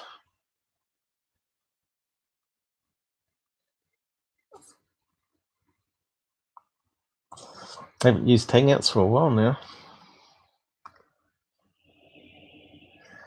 Let's see, where's my OT group gone? Oh, here. Are you on it? So you just need to click the camera and just connect in. I've got it up now. And say hello and I'll drag you across. I've got them both up anyway. It's a massive storm hitting me, blowing like... Yeah, we got a storm at the moment too. I heard lightning, or thunder, I should say, in the background. But it's stinking hot here. It's just cooled down a wee bit, but we've had the aircon on pretty much non-stop every day. So the power is going to be quite costly. So yeah, I was saying how stupid it is to remove ads, because even if my channel only got, say, 100 views on it, that's still 100 views that they could have had like a promo for a movie on the very front of it, which people may not have seen, and they may go out and download it and buy it or whatever. So really, they're sort of shooting themselves in the foot by taking away ads.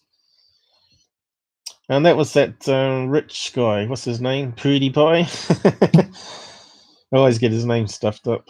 The one that makes pretty much a 100,000 a video or something ridiculous. 10,000 a video, 10,000 US a video. So yeah, I was looking at all the different rules, friendly content guidelines, and all this thing here, which is probably all changed. So they've probably added a lot more on it. Video content that features or focus on sensitive topics. Well, that's pretty much everything, isn't it? Events including, but not limited to, war, political.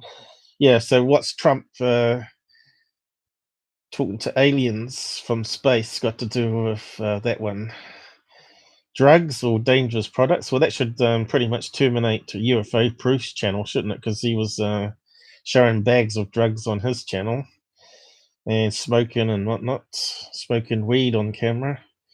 Harmful or dangerous acts. Acts that result in serious physical, emotional, or physical injury is not allowed. So that means like jackass, is it? The jackass things where they throw themselves at a wall on a skateboard or something stupid, or in front of a car. Hateful content.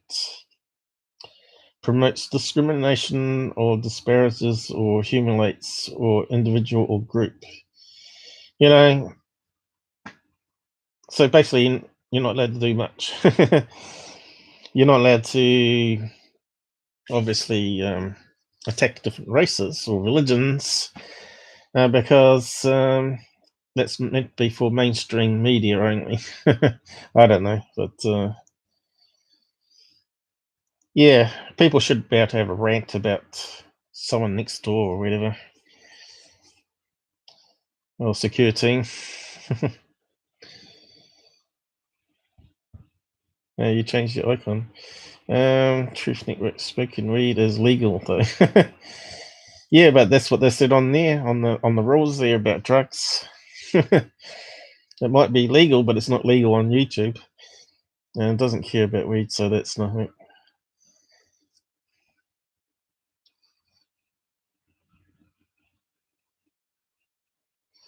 Yeah, but still, I guess it should be allowed, but you should have like an age verification on it.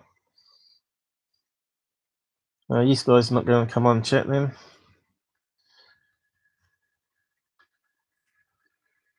Maybe I'll chat with you after the stream if you're around. So what we're talking about security here, weren't we? So he's showing these other objects. Yeah. What's strange about that, you know? A sun with a solar wind hitting another sun or planet that's close to it, creating a solar blast going around.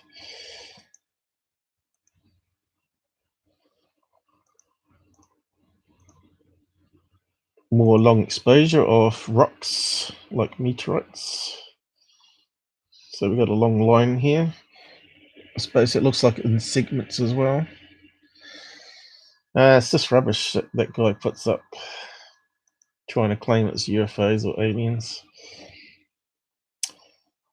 You know, he's got a camera now. Why is he not putting up some videos on with his camera?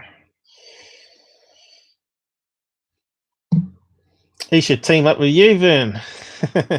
Go out to UFO hunting. He's got the money and the gear.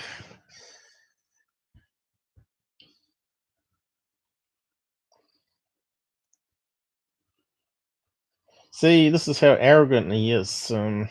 Apparently, he put this message out to UFO Theatre. Have you seen it? I think I posted it around.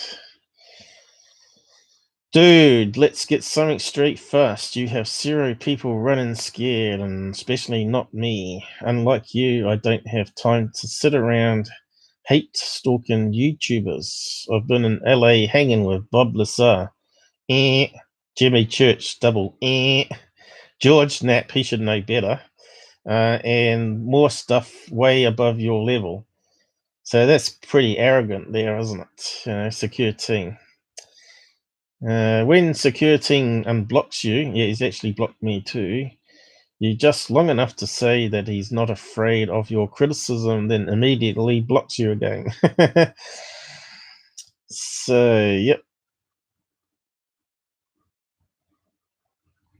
Now, George Knapp knew all about Secure Team because I've been talking to him as well.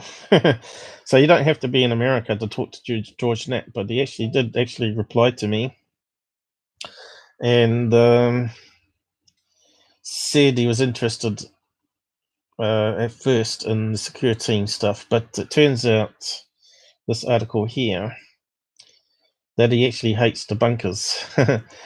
So what he did is he palmed me off to his mate above Top Secret, I think it is. And of course, we've got this knob down here, A51S. You both seem jealous. Now, how many times have we heard that term? from someone that didn't actually bother doing some checking.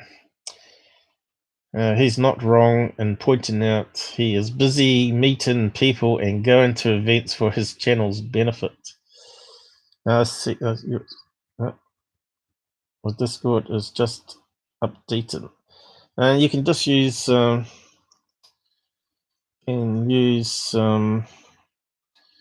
Chrome one. Chrome version,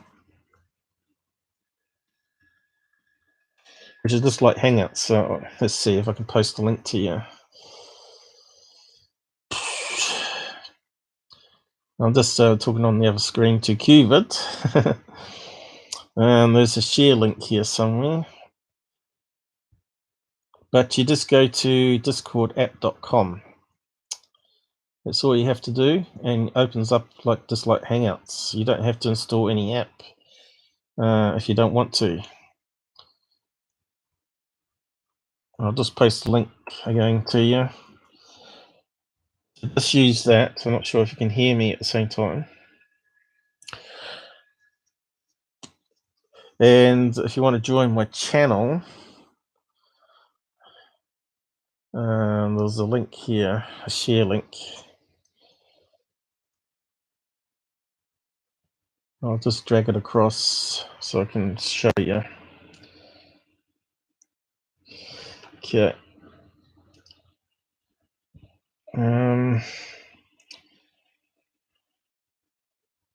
I've got it so it's got this add-on here that sort of snaps it, so it makes it more room on the screen so I can scroll, make it smaller. But there's two parts to it. There's what you call the chat server here, and you've also got your main one, which has OT live for doing the chats. But I've got one set up here free for all, so I can add you to that one. But first of all, we need to get you on the side on my channel.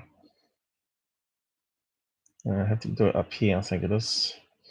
Invite friends. That one, is it? Nope, that's not how you do it. Right, you click on here and go invite people.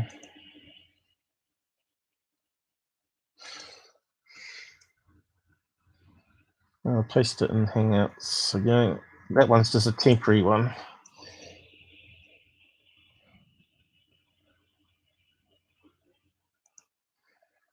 So you'll pop up here. Where's the list? Member list. Pop up here, and then I can add you to the video chat. So you don't need to update. You just need to click on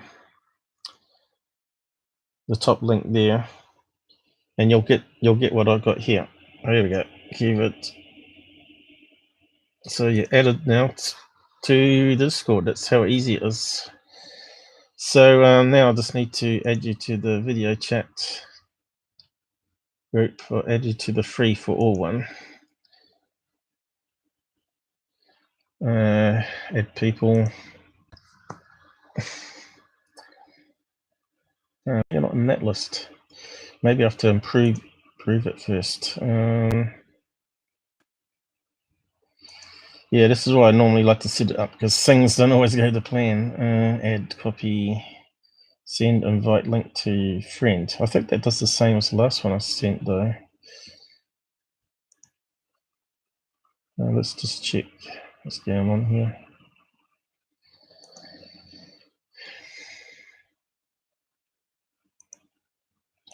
It says you're not on the list by the looks of it, because it wouldn't be dimmed. So it can't be that.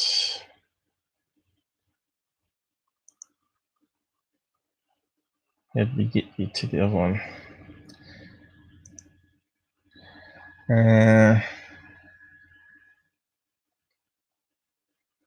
What am I missing? Add friend.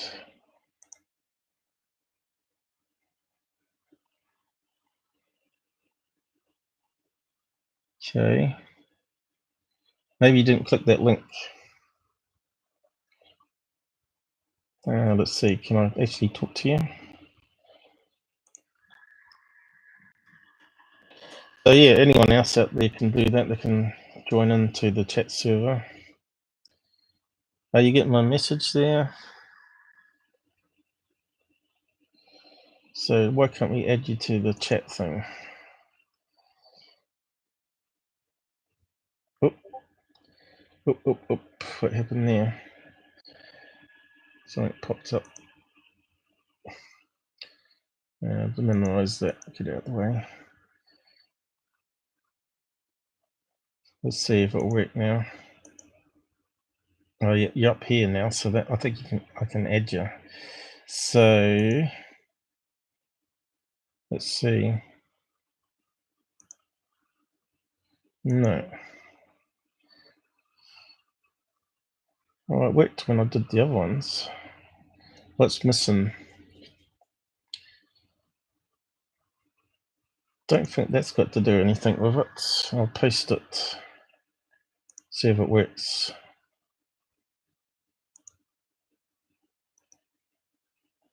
Don't know if that does anything. Says you joined. So it looks like it's the same thing. Can't drag you, can I? That did something.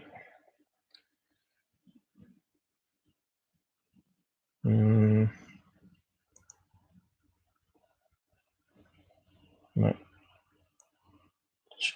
Yeah. 5 members now. Are you connected? Yes. Looks like the dragon thing's working now. Hey, I'll just give you a call then. There we go.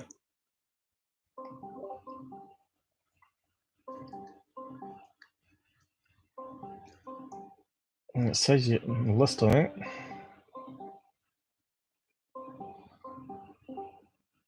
Where are you? Why can't I see you? We got a mix of icons going up the side here.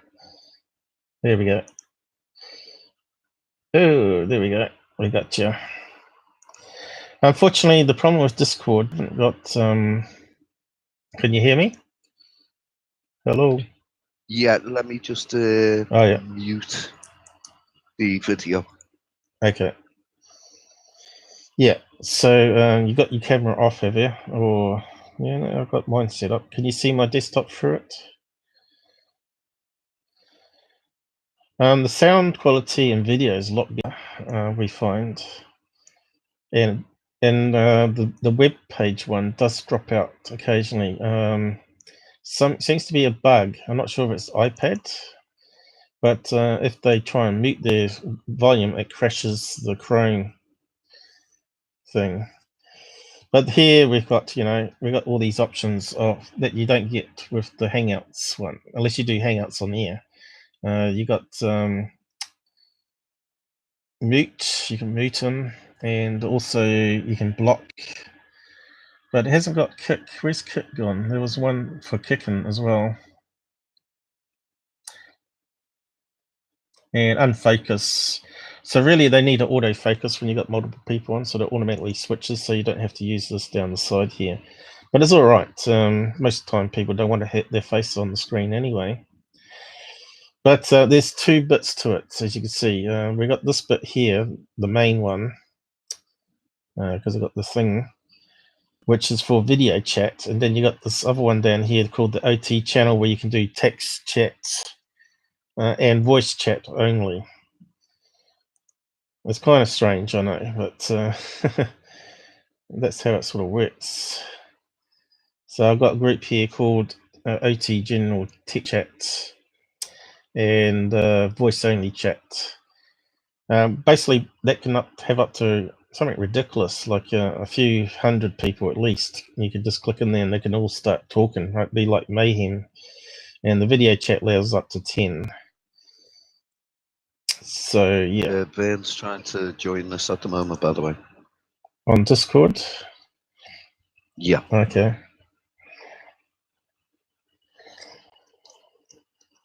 So I set up this separate group where I can have separate from my main group of chatters, so I can just add anyone on in future and drop people off, I guess. I'm not I suppose you have to remove them from it to make space up. It could be better, but they've got fairly good support. You can actually put suggestions in saying, can you have it so you don't have to remove people from the group, you know, but you can just keep adding them to the video chat group. At the moment, I've got everybody in there because I ain't got too many people on it. So, but I've been trying to get Il from MUFON to join it so we can keep on using it. But the thing is, it's very low CPU. So my CPU is still about 60-70% at the moment. And if I do Hangouts, it's a lot more. Oh, you disconnected. So that's the other thing. If you just join straight in, it connects you back up. So if you click on the voice one to chat somewhere else, it'll drop you out this one. But you can then quickly click on the icon, and it automatically connects you again. And if you want to get focus off people, you just right click and say focus on that one, and it brings you up. It's slightly different than Hangouts, but at least they're not going to charge you for it at the moment. Where's Vern? Yeah, I generally only use Discord for gaming, to be perfectly honest. Yeah, you can use it for anything. There's all sorts, lots of channels there, but I'm too busy to actually add any other channels there. I used to have Unirock there, and he used to get like thousands of messages, and he has a little counter that comes up how many messages you missed, like 1400 or whatever. But yeah, it allows you to split it as well. You can push the up arrow here. You'll see it on your screen, but it sort of makes it full screen or half screen, and you can get text, shared links and other messages on the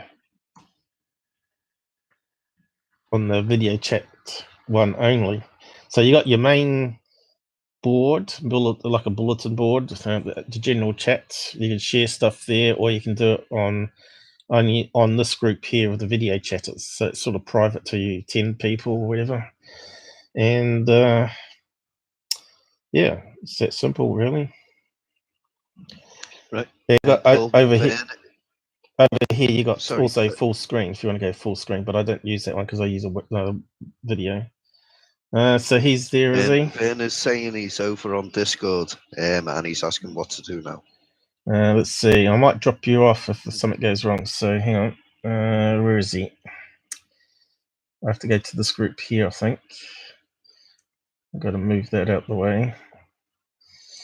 So then, I'm not seeing him in the list here. Did he use the same links that I posted? I'm not sure. Vern tried using the second link in the OT live chat group in Hangouts.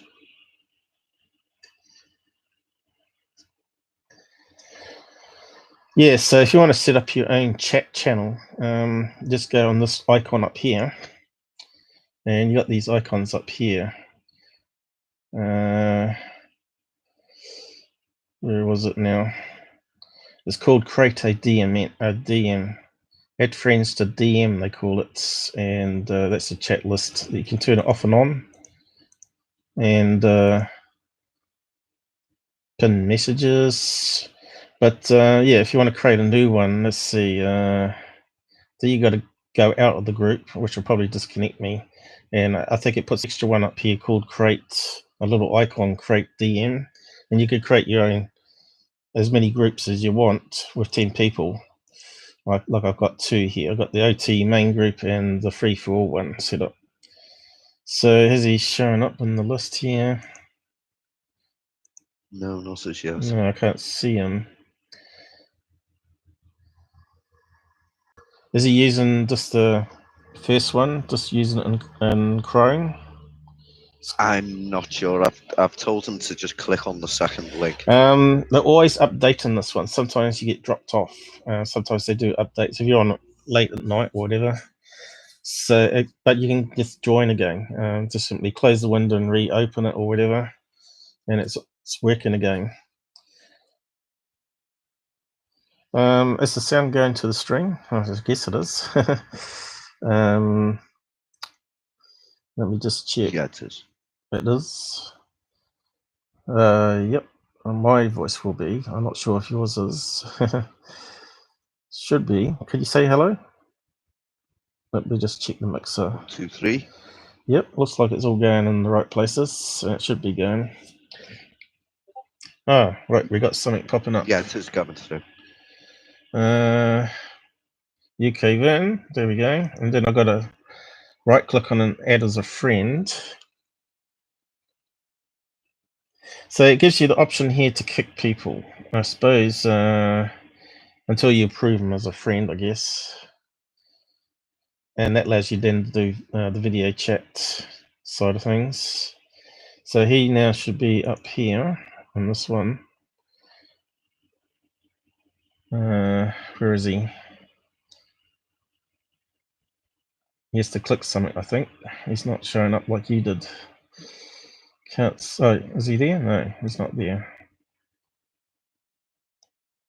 I'll just make it bigger just in case. Why can't we see him?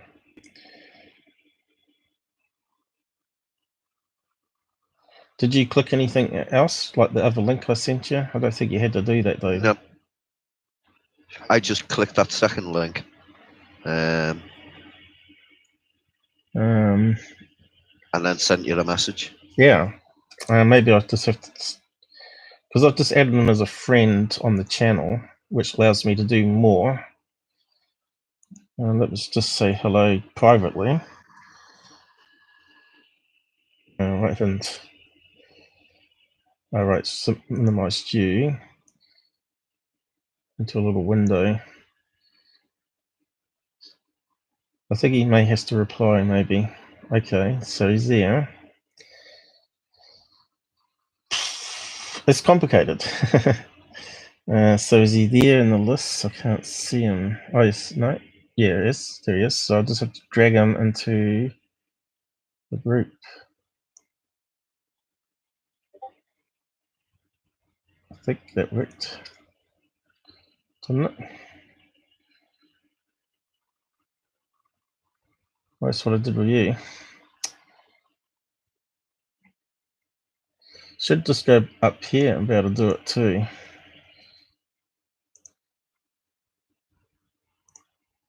So he sent me a message back.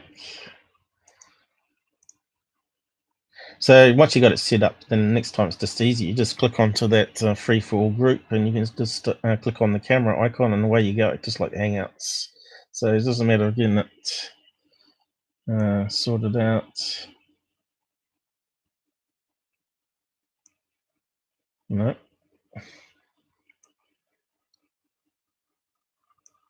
Why does it not let me drop him like I did with you?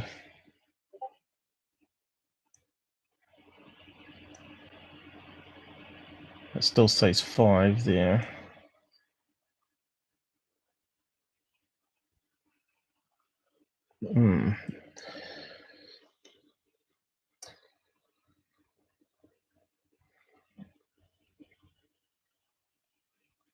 That's kind of weird.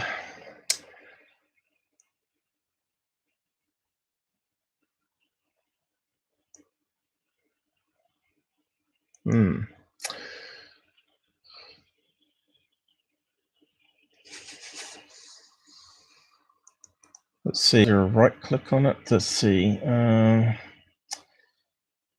DM invite to server.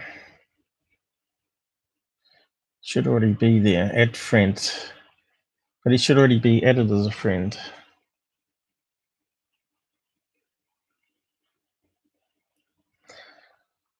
I think that might be the problem though.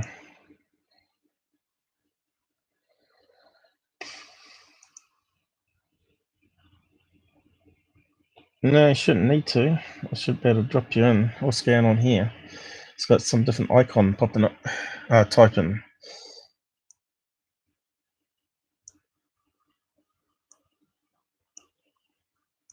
That's what I did last time. Maybe try dropping him in at the bottom of the list.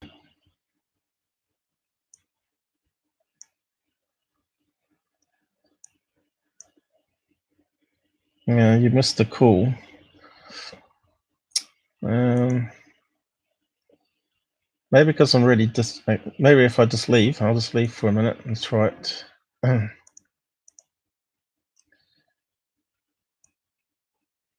No, still not doing it.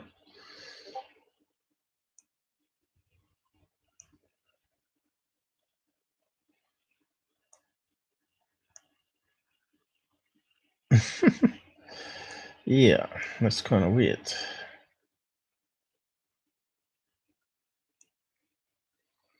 Vern always gets banned, doesn't he?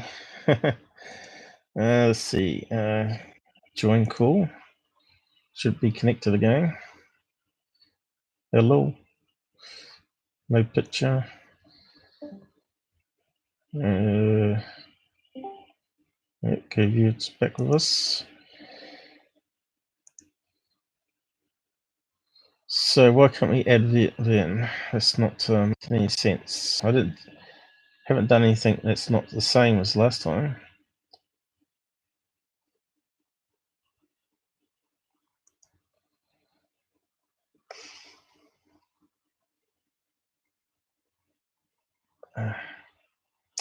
The joys of Discord, eh? Yeah. Maybe because he's got no icon. Surely that wouldn't matter. Did you click all the approved links? UFO man? UFO Vern, I mean. Add as a friend. Did you get a friend request? Did you click on everything there, Vern? Did you get any pop-ups about friend? I did before. Yeah, so Vern may not have clicked it. Has he? He's sent a text message. I heard a pop-up. Where is he?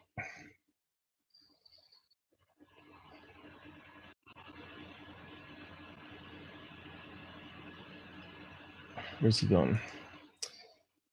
Where is he? Down here. Probably dropped you off. Yeah, it did.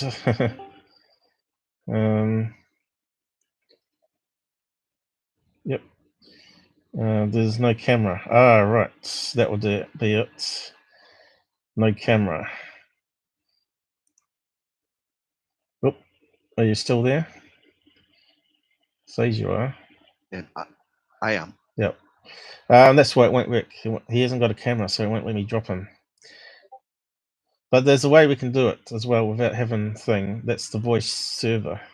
I'll disconnect from here. Disconnect from here, this one, and we just go voice. So we just do the voice, and then we can.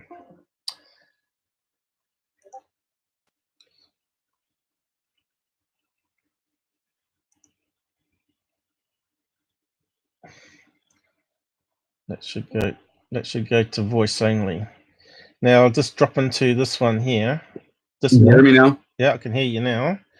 Now QQQvid just needs to click on voice only. But I've never tried it this way. I think the voice only has less bandwidth, but allows more people. Hello. Try doing it over again and see if like re-add me to the other one and see if. So QQQvid needs to click on my old logo here, and then click on voice only, and he'll connect straight in with voice. That's what mine says. Text chat only. OT general text chat only, and then it says voice OT chat channel live. How come you ain't got a camera? If you use minicam, I got a camera. No, but if you use minicam to simulate, it's oh no, he's calling us. I'm not even using it. Hold on. Hang on, someone's calling us in the other group. QQQvid, you just connect. Probably should tell him. I'll just drop out, but you can stay in there, and I'll come back to you. They'll probably drop me out. Well, if you get your camera going, then we can add you back in with the more bandwidth one. It should be going. Yeah, I think it cuts out more when we talk over each other too. The voice one. I'm not engaging it though. Whatever. It has to turn on the camera. Oh, I'll just go back to QQQvid. Oh, he's having trouble. Are you there? QQQvid? Are you there? Yep. Okay, so not sure what you heard, but if you click on the old icon down here on your, mine's got the automatic pop close thing, which is kind of annoying when you're not using it for stream. But all you need to do is go to this one here down the side, and just click on, simply click on that link here called voice only, and you're instantly connected. And you can talk to Vern and I, because he's working on that one. Okay, it's because he hasn't got a camera, and the software knows he hasn't got a camera. In the settings, it won't allow you to do voice video chat with voice only. There's another limitation of Discord by the looks of it. So if you connect on that one, you'll be talking to him, and it will drop you off from me, and then I can join you into the voice. Way to get a lot of people on. But it has a few more glitches, like if you talk over each other, it sort of fades out. But it's a good experiment. Are you still there? Yes. Yep, you're still hearing me. So click on that one, and then click on the voice only link, and you should be connected, and I'll drop you off here.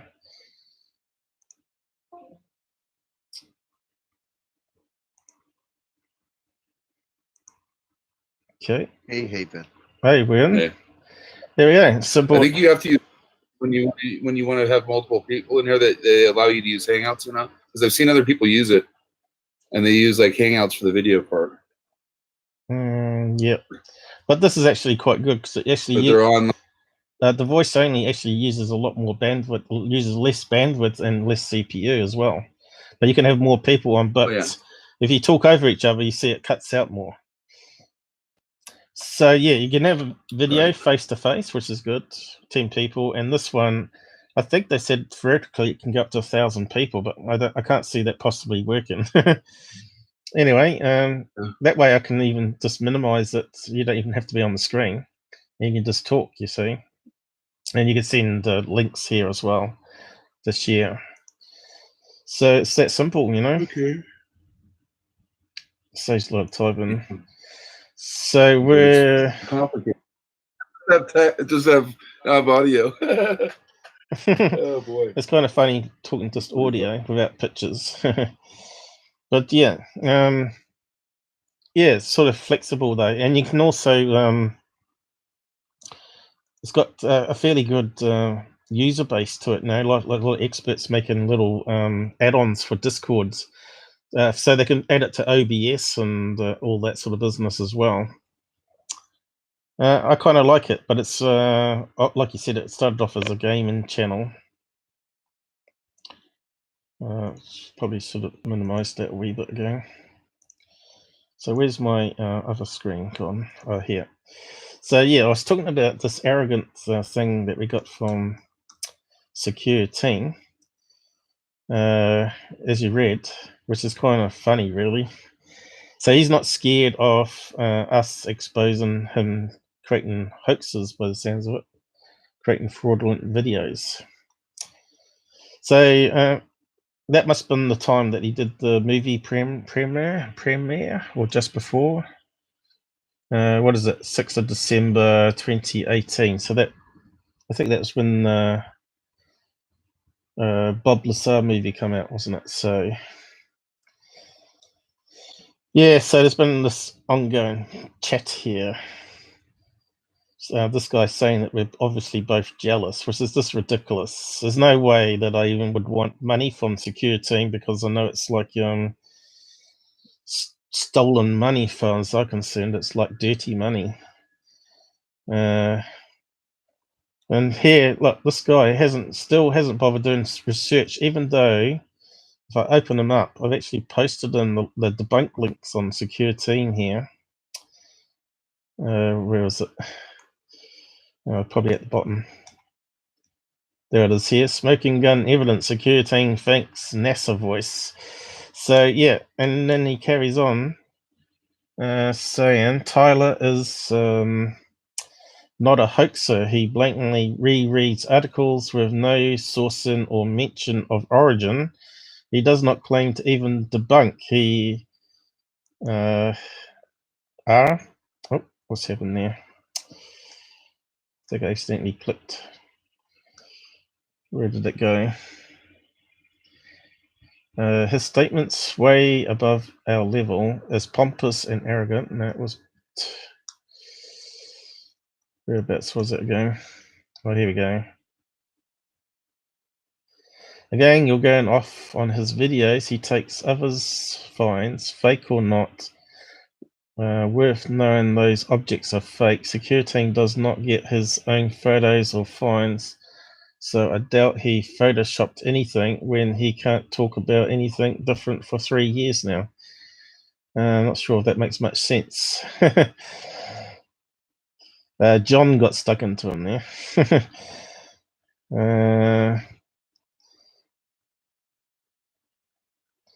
So I called the guy low IQ. You didn't like that. Because he totally ignored the link I sent to him and it's still going on. Again, where was that message? We sort of lost it, didn't I? Back one level, was it? I know it's hard not to talk about Tyler, but he's so there in the UFO field. How can you not talk about him? Tyler is not a hoaxer. His opinions, other works. UFO mania is a sub-account of his. I got proof. Now, that's the first time I've heard that. You know UFO Mania, the UFO channel, where it uses a fake speech voice? Well, it uses that... Nice. So that would be interesting if he's got proof of that. However, you all make claims against him for reading others' fake news, but that's not true. He, he definitely made those faker videos with his own voice. So this guy hasn't done any research on it. But yeah, I don't know if you want to have a read of all that there. But I'll just post a link to it then. Tyler.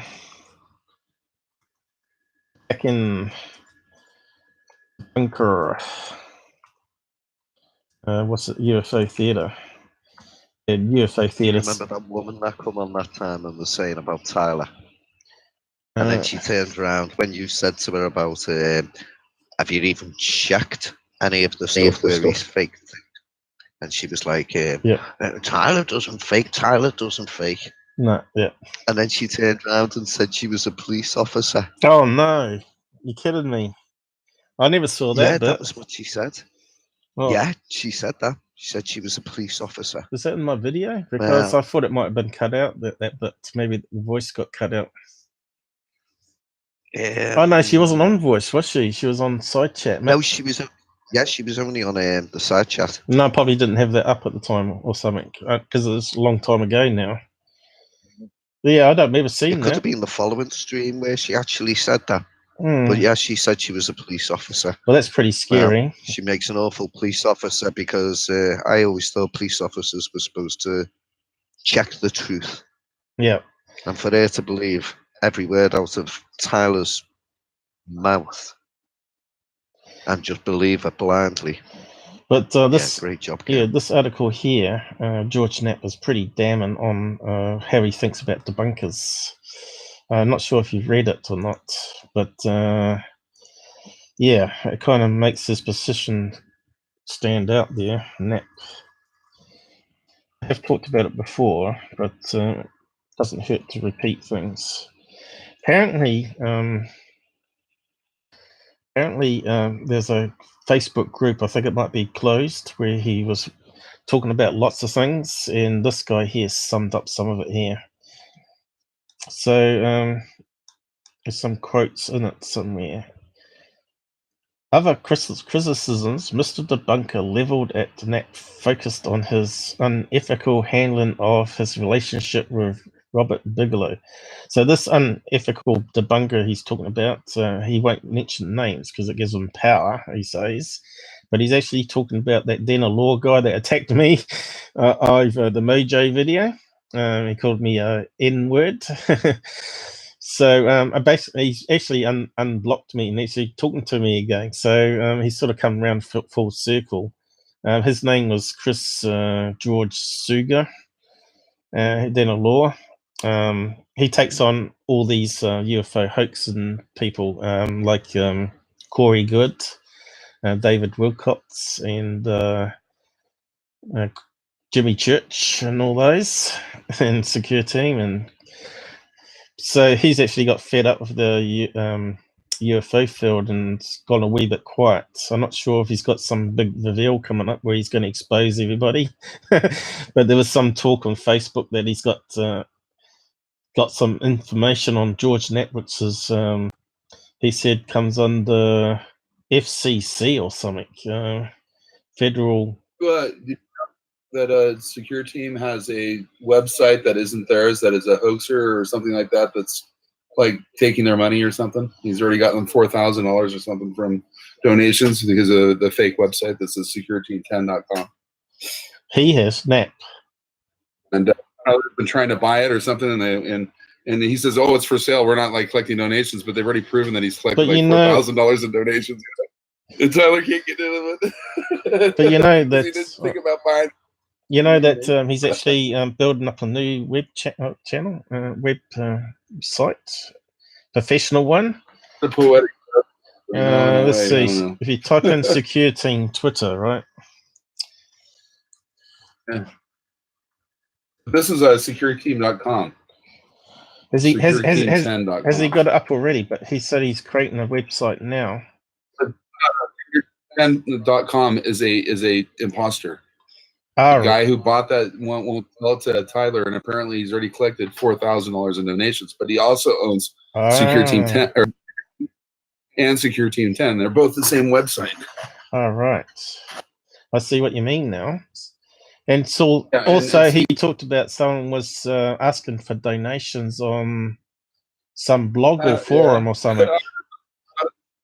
Yeah, and then he's piping in the his own videos to there too, so it looks all legit. Unbelievable. Cool. Actually, I think they have the donation thing disabled now, like because when I was clicking on it, it wouldn't open. So like in this country or whatever, I think they blocked that kind of stuff, so you can't donate to them now. So this I think the website in the Bahamas or something. Oh, right. Bahamas. There wasn't that one. Yeah. Wasn't that? Well, that's because there's no jurisdiction there for internet crime for the United States. Oh, so. right. Well, yeah, I've got to cover that one. But yeah, let's see. Here we go. Official secureteam.com site is in the works. There you go.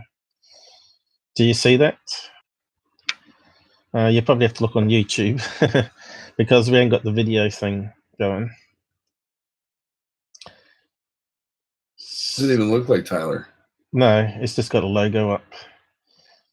So if you go to secureteam.com, I guess, let's do it. It should come up with that logo probably. Your Team 10 is the one that I went to today. Well, let's just bookmark that for future reference anyway. Done. But yeah, I don't know who's coding it for him. You're going to change it to Secure Team, the name of his channel and everything too, or something? Or? So you reckon there's a Secure Team 10 channel? Let's just type it in and see if it comes up. Team 10, but that URL is, like I said, owned by this guy who's got it set up as his website, but it's not his website. That's what he claims, anyways. He said that they've reportedly sent around $4,000 in donations already to this other site, and it's not Tyler's. Oh, it looks like his channel. So, it's got his logo. Donate, click here. Truth is out there, waiting to be exposed. Yeah, he's hella pissed. When I was reading in this article, he was hella pissed about this when he found out about it. And he's putting up his latest videos on it too. Russian satellite. Frame that pulls in any of his latest videos, so it automatically does it on that. So maybe the guy was clever. I'll tell you that. He made $4,000. How'd you know he made 4,000? Did he say he made 4,000? Tyler said, "I've offered to buy this thing, blah blah blah blah," and he won't sell it to me. And then this guy says, we're not in the business of collecting donations. We only sell Urals. And he won't sell it. Frequent and so good that I felt that need to share posting it here. George Knapp, how to handle a debunker. It seems like Mr. Debunker is a formidable, much-feared debunker. Sorry, I mean skeptic. One who is to be avoided at all costs because of his ferocity, and maybe someone who's trying hard to get my attention. Okay, I do not have a PR firm. I do not authorize a PR firm to offer interviews with me. I did tell Jeremy Corbell I would do some interviews to help support his film, but that made it clear I did not have the time to do very many of them. I think I have done 6 or 7 in a week since the movie was released.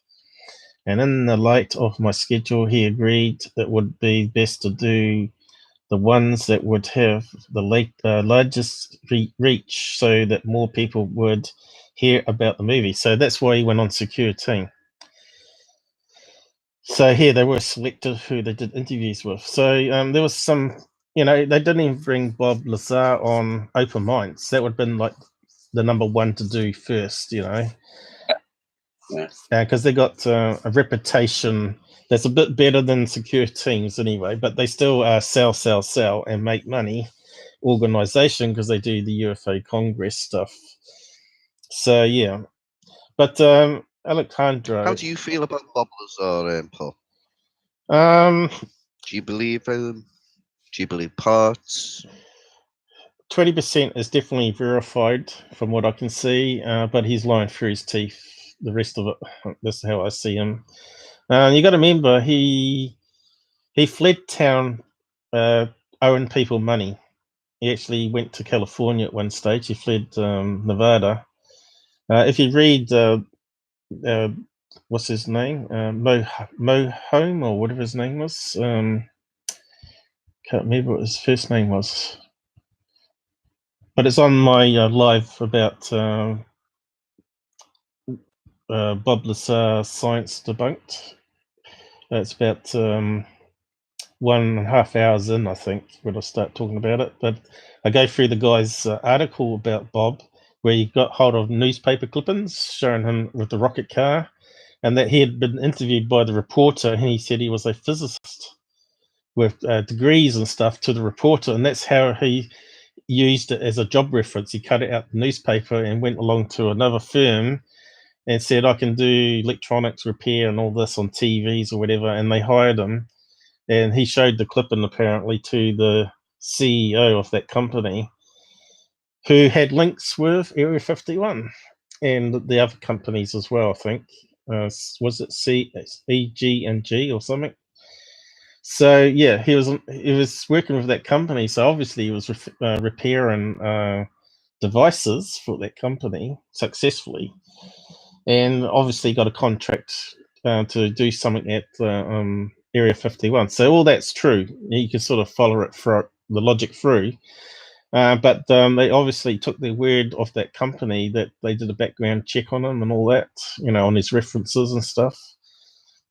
And so maybe they delayed it, doing the background check on him, and he was working there for a short time until they found out that he didn't actually have qualifications. And that's when he broke it out to the media, so he wouldn't be arrested or whatever. Because he was caught in the desert, remember, by a police officer on the 3rd week of the experimental whatever they were doing there. Could have been anything. Could have been radar testing, drone testing, but apparently there's a light in the sky, which we don't know if it's in the sky, because if you look at the video itself, there's mountain ranges there with car lights going over it. So yeah, and you're using old technology where you zoom in and it sort of goes out of focus. So yeah, I think he disliked the high life, like people thinking he's really cool and a nice guy and all that, and the story got more too deep for him. It got deeper and deeper, and so eventually, because he handed over his ID to the police officer, he knew he was going to be in crap with Area 51 taking people out to a remote area to watch experimentation happening. He knew that he could go to prison over that. So he went to George Knapp saying this big story about the UFO at the base.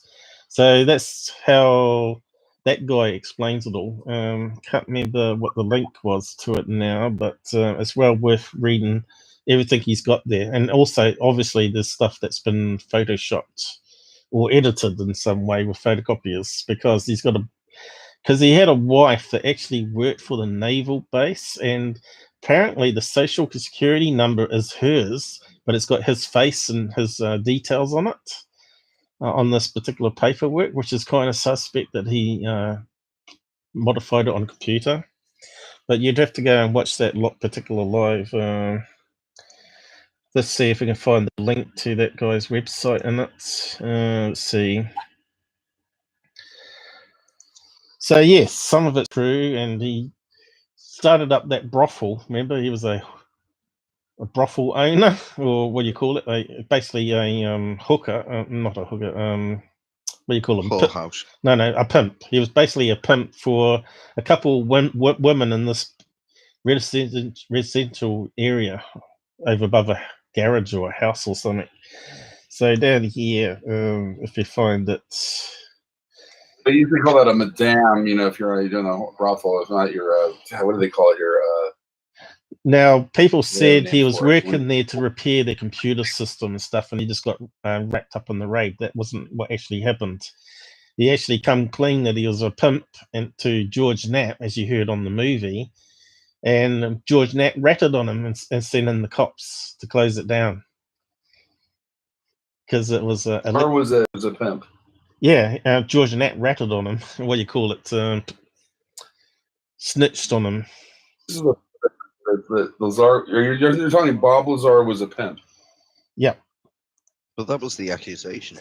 They call it pandering, which is a different name for it. Here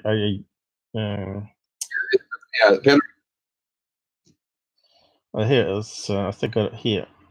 Looking at Bob Lazar's story from perspective of 2018 by Tom, that's his name, Mahud. So you need to go to his channel there and actually read the document. But I go through it and add my own bits to it. So I'll just post it with the link to that segment there.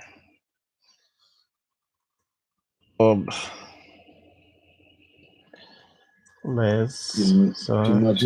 It's funny how some of these guys that are like way deep in this have like all these weird, like they get caught with all these weird sexual things or something like that. It's almost like they're like set up, because to me, like some of these ones where they have like the kiddie porn, and stuff like that, where it's easy to put it on someone's machine. If you hack their machine or whatever, you could get in a lot of trouble if like somebody put that stuff on your machine. Yeah. And then alerted the authorities. And it was like a hacker that did it. Even though that I think that they should be able to tell that a hacker did it, but if they're framing you, yeah, we've had cases like that in New Zealand where principals have been caught with porn on their computer, and they wouldn't knew anything about computers whatsoever, and they obviously clicked on some sort of ad in the email and it infected the computer and set them up as a peer-to-peer in background, and people just dumped stuff on his computer and used, because the school was a good place to do it because they got free internet, right?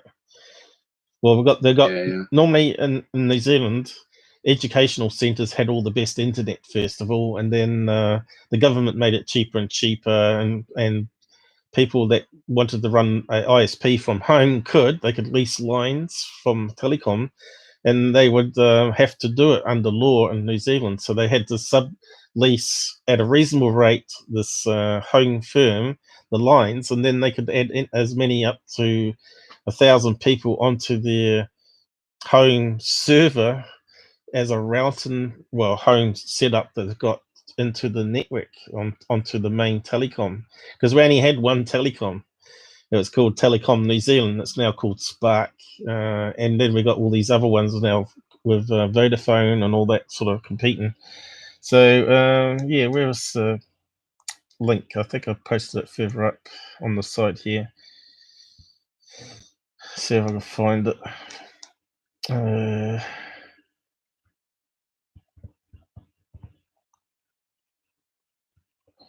Well, that's his website, United Nuclear, and he's got like glow-in-the-dark soap that you can use in the shower. That's the sort of things that Bob does. Pretty sure I posted a link at some stage, but Understand this. What do you need glow-in-the-dark soap for? what was that? Something, or is it you cut out? You cut out a bit there. What's that about the dark web? About the soap that glows in the dark. Oh, that's on his. That's how he makes his money. What is that? I don't understand. If you go unitednuclear.com, that's his website where he sells lots of gadgets and stuff to do with purpose of like he sells nuclear radiation detector devices. He sells glow in the dark soap. He sells glow in the dark soap. What do you need glow in the dark soap for? What do you like, commando? If you use glow in the dark soap, does it make you glow in the dark when you've got the soap on you? I think it's like fluorescent radiation. It's actually harmless, I think. I was just gonna say, most of that stuff is radioactive. It can glow, right? Yeah. So you're gonna just rub radioactive soap into your pores. That's. I'm sure I posted links to it at some stage. I can understand like glow in the dark condoms or something like that, but maybe it's this link here. Hang on, let me just see if I can find the link. If it's bad for me if I didn't post the link, I may have forgotten. Oh, here we go. That's the link. It is in the link. It's on WordPress, so he's got a WordPress site by the looks of it. I'll just select that and repost it. It's quite interesting there. It goes through a lot of details. And he puts up the scenario that they were testing, what do you call it, particle beam, maybe as a weapon or maybe as a way to disrupt radar. And they were firing it at a drone or something in the sky there. And this guy works at LIGO, the Gravitational Waves Lab, and he's a real physicist, this guy that wrote the article. If you go to about him, it's actually got quite a big write-up on it. So did I post that one there? And his version of events actually sort of nails Bob down right to the real story, I think. So basically what he was saying here, which is what I said in this episode here, is if the UFO was using gravitational waves, his detector array would be going skyrocket off the meter because they're trying to detect real faint gravitational waves from colliding black holes or something colliding into a black hole or colliding stars or something like that. And if UFOs were using that as a means of moving around the atmosphere all around us, this would be detecting it all the time. So obviously that doesn't happen. So these UFOs can't be using gravitational waves as Bob Lazar has stated. So something there is not right. Also, as Lions Ground pointed out on his debunker of Bob Lazar, he said on the Larry King interview, one question was that they said that there were very small cockpits, like childlike creatures could fit in them, or children could fit in it, but adults had to bend over, and the seats were far too small for an adult, and really small hands. And then he gets another question worded a different way from Larry King, and he says, "Oh, there are tests flying this UFO. So if they couldn't fit adults in the test chair and get it working, how come they're flying this test UFO around?" So, and that's what Lions Ground pointed out, which is a fair point. One side of it, they're saying they couldn't get it working, and humans couldn't work in the cockpit, and yet now they got a test UFO that someone's flying it around. You see what I mean? Yeah, because he was asked whether it was manned on that particular flight, and he said, "Yeah." Yeah, he did, didn't he? So he did. Yeah. Contradict himself. That's right. So that tells me there's a lie in the story right there. Yep. Yeah, so this guy here points out a few more lies and how everything happened, how he got a job at Area 51. So he definitely got there as maybe like electrician, where you go around and fix bulbs, replace bulbs in the place or whatever, some sort of low-level job. That's what he thinks. But maybe he was there to fix the particle accelerator, because they were experimenting with it. So maybe some of the guys there pranked him, at lunch hour, say, "Oh, we're working on this UFO.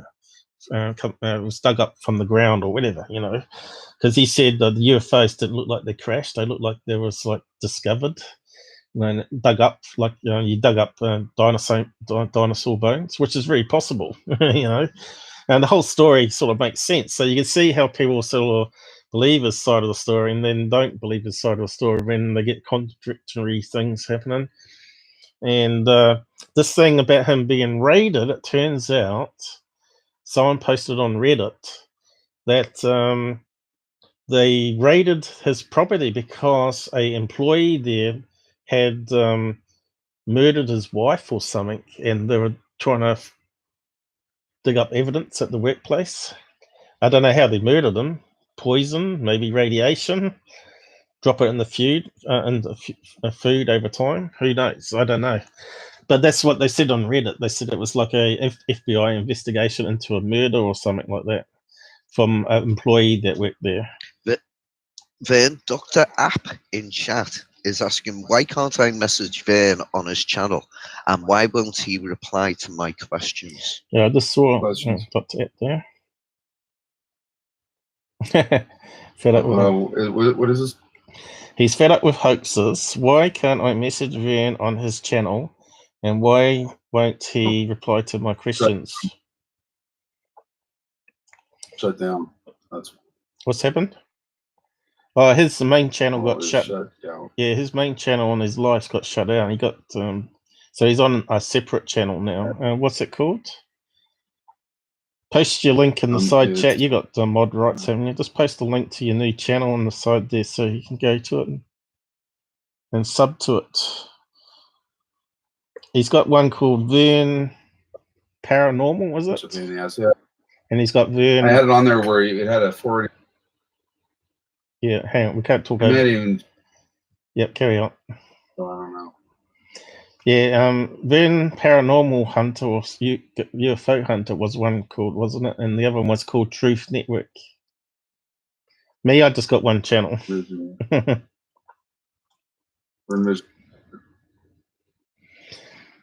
Anyway, I've posted that Mahood one there for you, and also my live where I talk about gravitational. I don't have it stored in here because they usually just log on. Okay, well, you can post it anytime.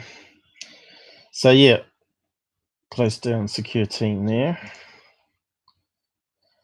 And Joe, we're talking about NAP here.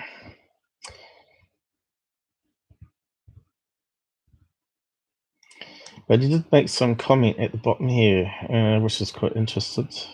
I suppose. Scientists who studied the ranch, he's talking about Skinwalker Ranch here, were skeptical but open-minded. Their first steps were to look for prosaic explanations for strange events that were reported to them and which they witnessed themselves. But they didn't have any evidence in that Skinwalker movie that he made. I thought there's going to be some stuff there that they haven't released before, of some scientific experiment they did, where you see a camera being knocked over or something like that, some paranormal stuff happening. But that didn't sort of happen, did it?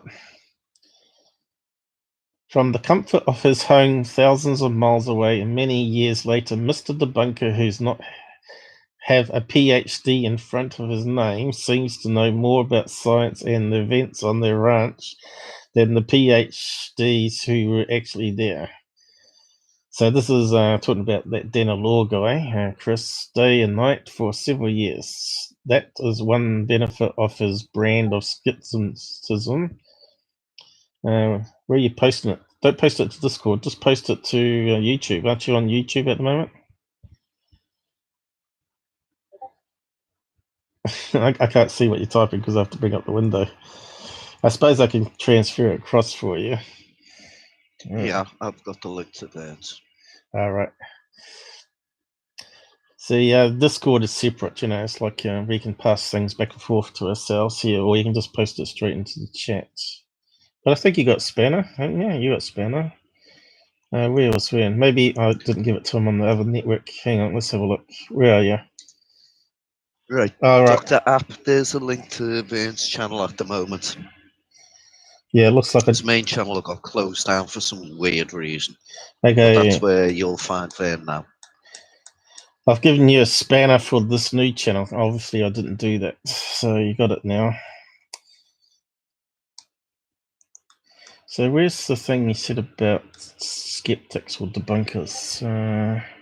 Someone can sit in his mum's basement and bang out a favorite screed, ranting about people they don't know and subjects they know even less, and they have no oversight other than the decision of when to press the send button. I have worked for a respected mainstream news organization. I have hand in hand with producers. So this is the thing I don't understand with Nap. So he did all these research documents on Skinwalker Ranch, right? But then he goes and writes a book with a fellow person. Isn't that sort of like conflict of interest going on there? He's actually done the research, but he's kept it from the news channel, but instead he's written a movie and a book about it and making millions of dollars from it, while the news channel doesn't get the information. Isn't there a conflict of interest there? You know, how many books has George Knapp written now? I know he did one with, didn't he write one with Art Bell or someone like that? I wouldn't have a clue. I remember Art Bell talking about something where they all wrote a chapter in the book. It's a long time ago now, talking about before I even started my live channel, I think. At a time when I actually had time to watch other people's live streams and stuff. But now I don't have time to do it. So, yeah. I think money sort of has corrupted the UFO field, though, and George Knapp is one of them, unfortunately. Now, when that stuff broke out with the Sun, I sent that to him, and he was quite interested in what was developing there.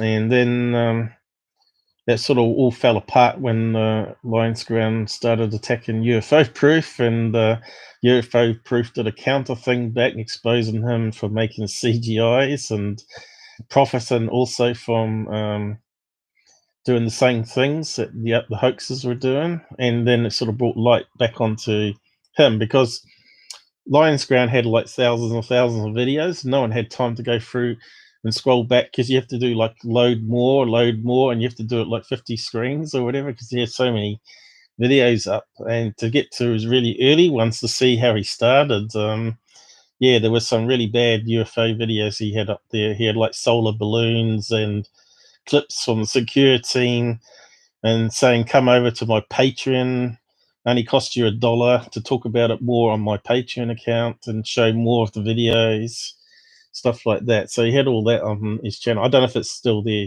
He's deleted quite a lot of them now.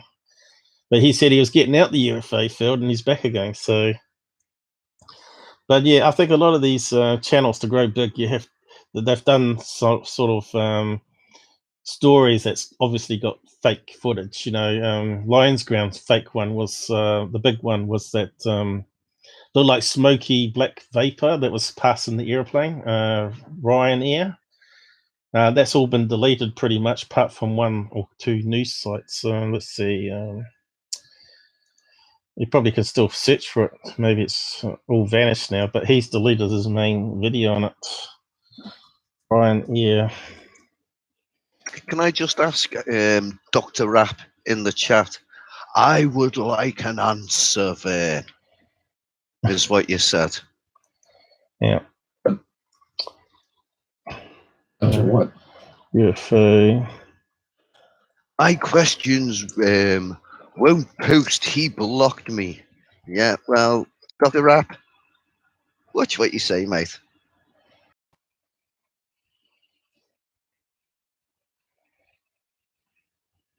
What did he ask you exactly, though? Well, you can ask him. I don't know. You can ask him now if you want. We I have no idea. Long as it's I think long we as have a it's troll. long as it's I think not. it's a troll, and I think it's like one of several people that I've Yeah. had to 86 out of my life. Right. They do nothing but troll people. They troll their so-called friends, but they're not friends. They're never a friend because a friend doesn't do that. This is And the Dr. App, I think, is or Mike or somebody like that. So here you go. This is one that got Lions Ground as well. Yeah. I can't do that. I asked him about hardware. I'm asking you about your name. What's your real name? Well, you can say your first. You can give your first name. Everyone knows my first and last name normally, but I don't have to say it normally. Most people know I'm Paul. Paul Vern. QQQvid, we don't know your name though. Well, we do, but in private, but not publicly. I don't think people know your name. But yeah, this is one that Lions Ground got millions of views on. This fake smudge smoky thing that you see on Hollywood movies. He was claiming it was a UFO speeding past the airplane, and that's he got it sent to him, just like the secure team. But UFO proof was pointing out that he made it in Adobe After Effects, but there's no proof of that, of course. But as you can see, it's still up there. I think 2 newspapers still got links to it, but if you click on the video, it doesn't play anymore. Express.co, Mirror, Independent, and I think that's pretty much it. AOL, who uses that anymore? Near miss of UFO.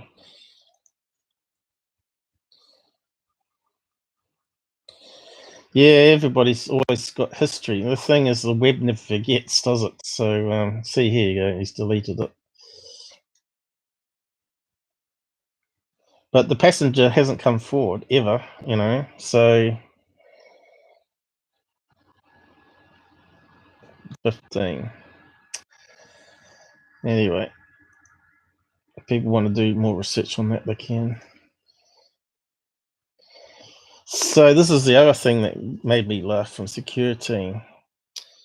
YouTube announces it would no longer recommend conspiracy videos.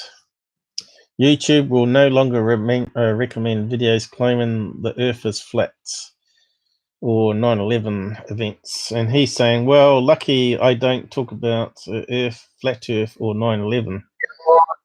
Lost, Tim. Go get a life, would you? Go get a life, Tim. Go away.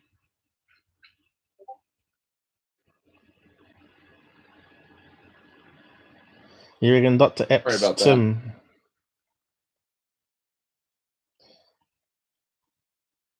You know, like I would block him on. It's Tim is who it is, because who else would find me on here? You know what I'm saying? Like, well, I think he's been on before. He's just infatuated with me. I mean, I just don't know what to say. You know? I don't know who he is, but his little buddy Mike. I don't think he's well, it could be a troll account, of course, but we don't really know. Only YouTube would know.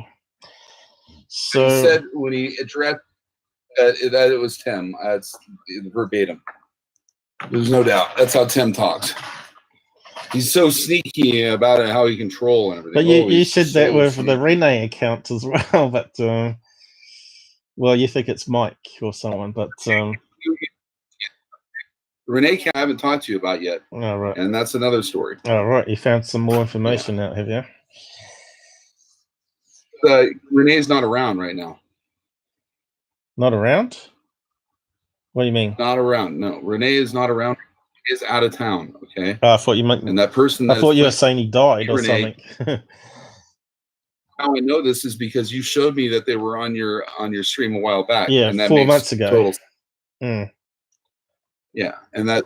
Yeah, I totally understand. Yeah, Dr. App has no subscribers to his Google account. This channel doesn't have any content. Yeah, troll account. Oh, well, I'm sorry. I know he's been on my channel before, though, so I don't know if it was around Tim or after Tim business, but I don't really care. He hasn't actually said any bad words, so he never got banned. So because Tim wouldn't do that. Well, I've hidden his messages. If you'd like me to, I'll unhide. So this is another one that went around the news channels, which I covered before, and Secure Team put it up on his Twitter, but didn't put out as a video. But it's got a fish. Paul, would you like me to? Paul, would you like me to unhide him on your channel? It's your call. It's your channel.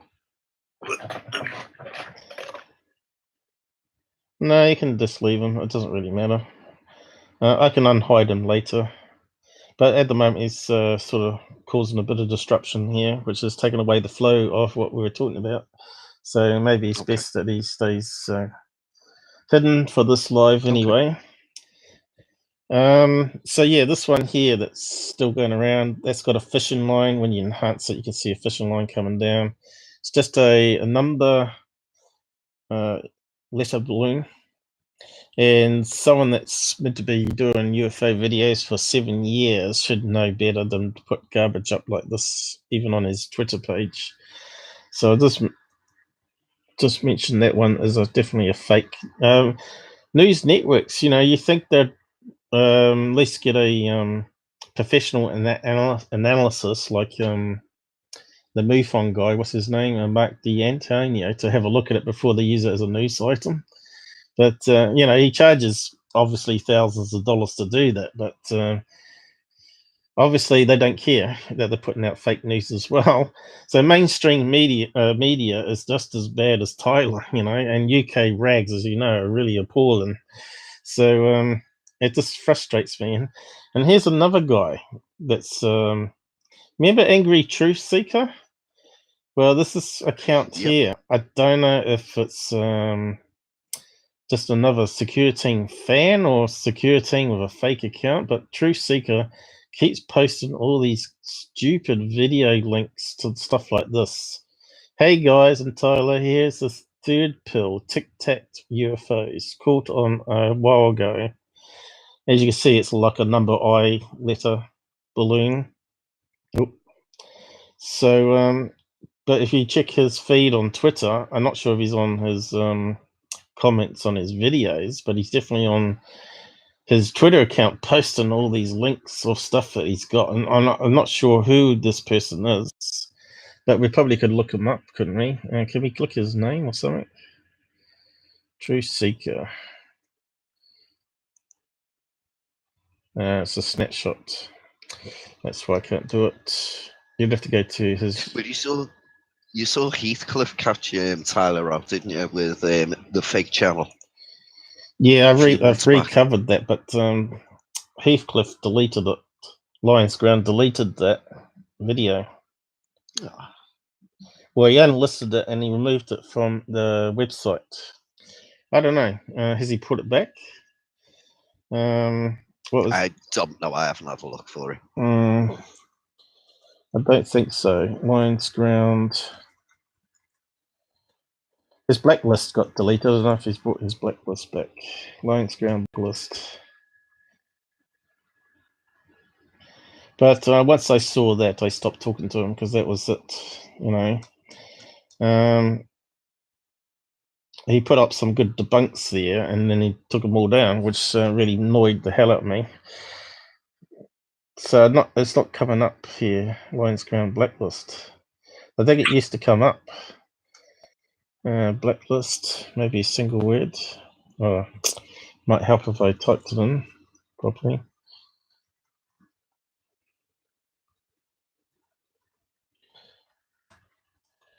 So it used to come up. Lions Ground blacklist archives, and I don't think Secure Team's on it. Unless he's put it back. What's he got on there? Yeah, we should take a UFO man's So he's got UFO today, and he's got UFO proof Oh there. my god, the Sun newspaper. Oh my god. What else he got? Where's Sun newspaper? He's got Sun newspaper here. Oh, right, yeah, and that one that he did with the reporter, wasn't it? But yeah, you can see here the security team one's disappeared. Not there. That's all he's got on it. And that was quite a good write-up he did there. And he unlisted all his security team debunks. I don't think you can find them.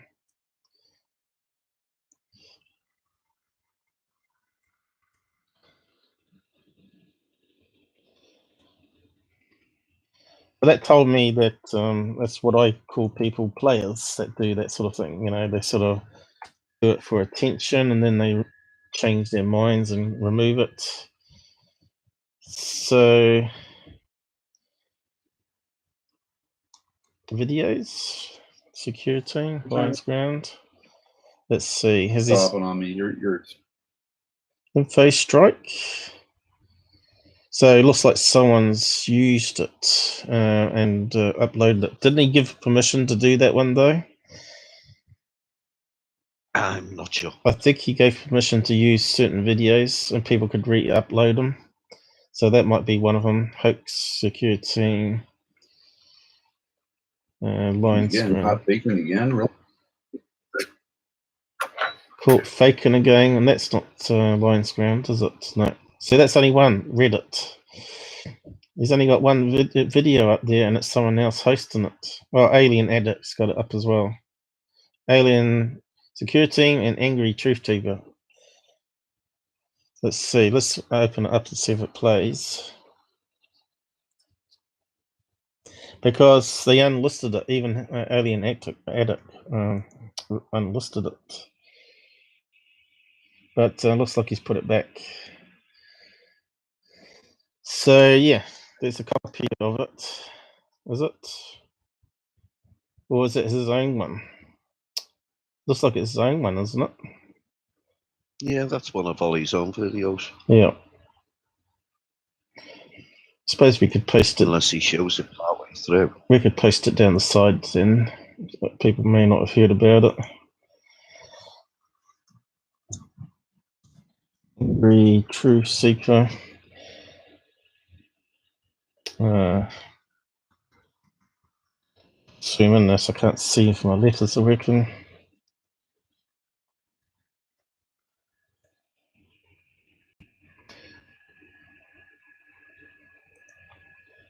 The angry truth seeker, but I ought to be, huh? Oh my god. I can't believe this crap that's going up on this channel here. But yeah, I was just trying to find Lions Ground ones on Secure Team, and I don't think there are any up. See that? They're not coming up in the searches. Secure Team 10. But you know,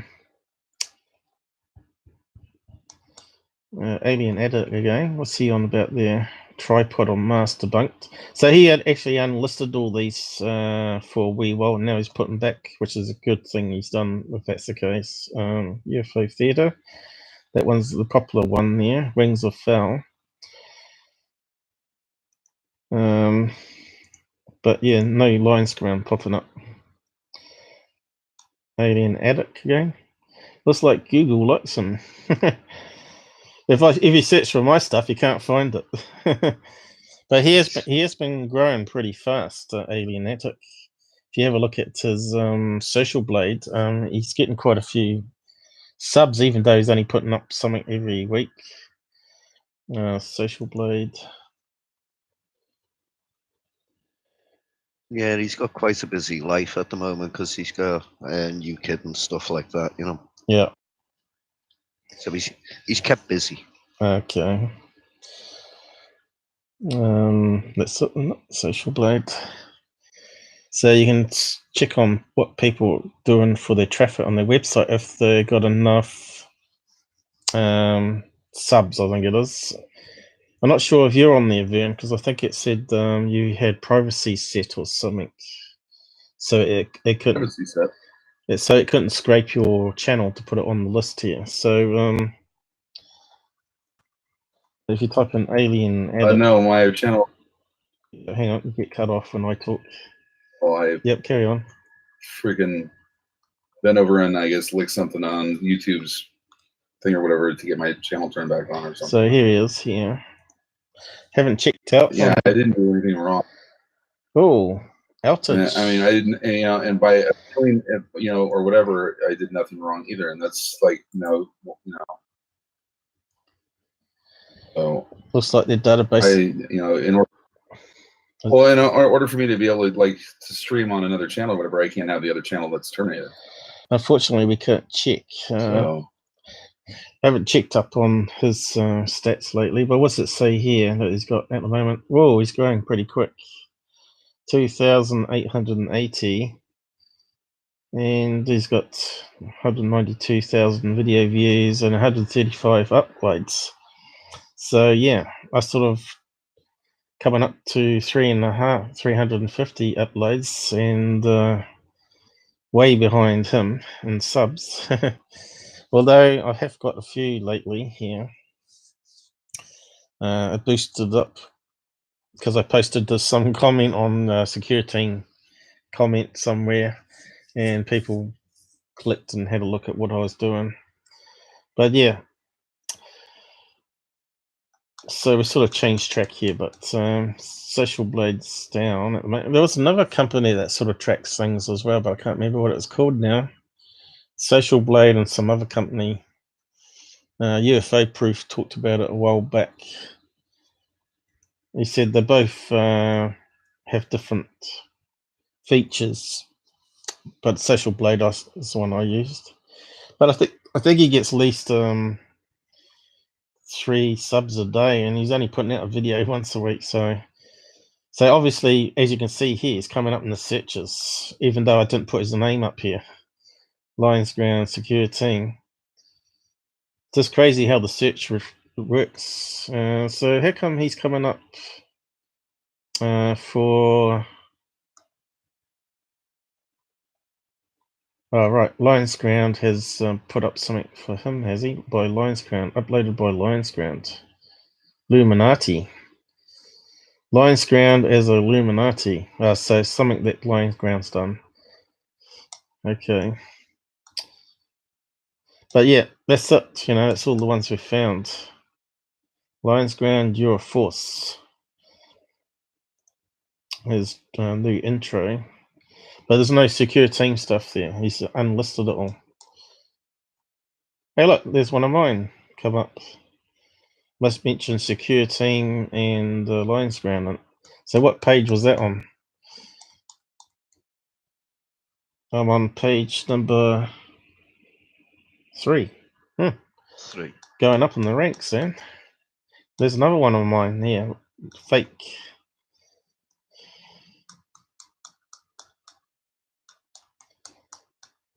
I think once you get up to about 2,000, that's when your channel sort of takes off, though. I'm not sure if Google advertises it more, but something seems to happen. If you look at Unirock, it's just exploding it, and half the time I don't even know what he's talking about anymore. Like Vern said to me in private one day, there's some things that I understand, but most of it, 90% of it, just flies over my head what he's on about. I think he exposes QAnon people and people, and the only ones I sort of understood was something to do with David Wilcox and Corey Good. He did a couple of things on that. Let's see. Unirock. I think he does it on 2, doesn't he? He's got 2 channels. He's got Unirock and Unirock 2. And he's been doing Corey Good, I think.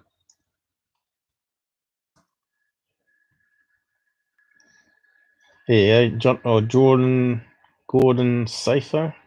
There's a Doxer. So that's Unirock. Have you been watching those ones? No. I don't really watch Unirock, to be honest. I think we're watching him. Corey Good, here we go. Gordon Safer and the Sinister Nature, another one. Black Blackout George Soros paid me. But what's that got to do with Corey Good? Oh, right, it's got it in the header.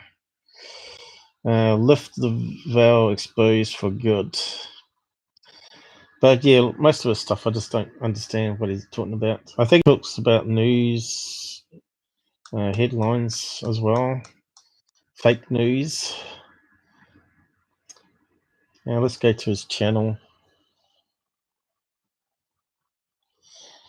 But yeah, he's sort of claims to be a truther, and he gets attacked. That's what he's saying.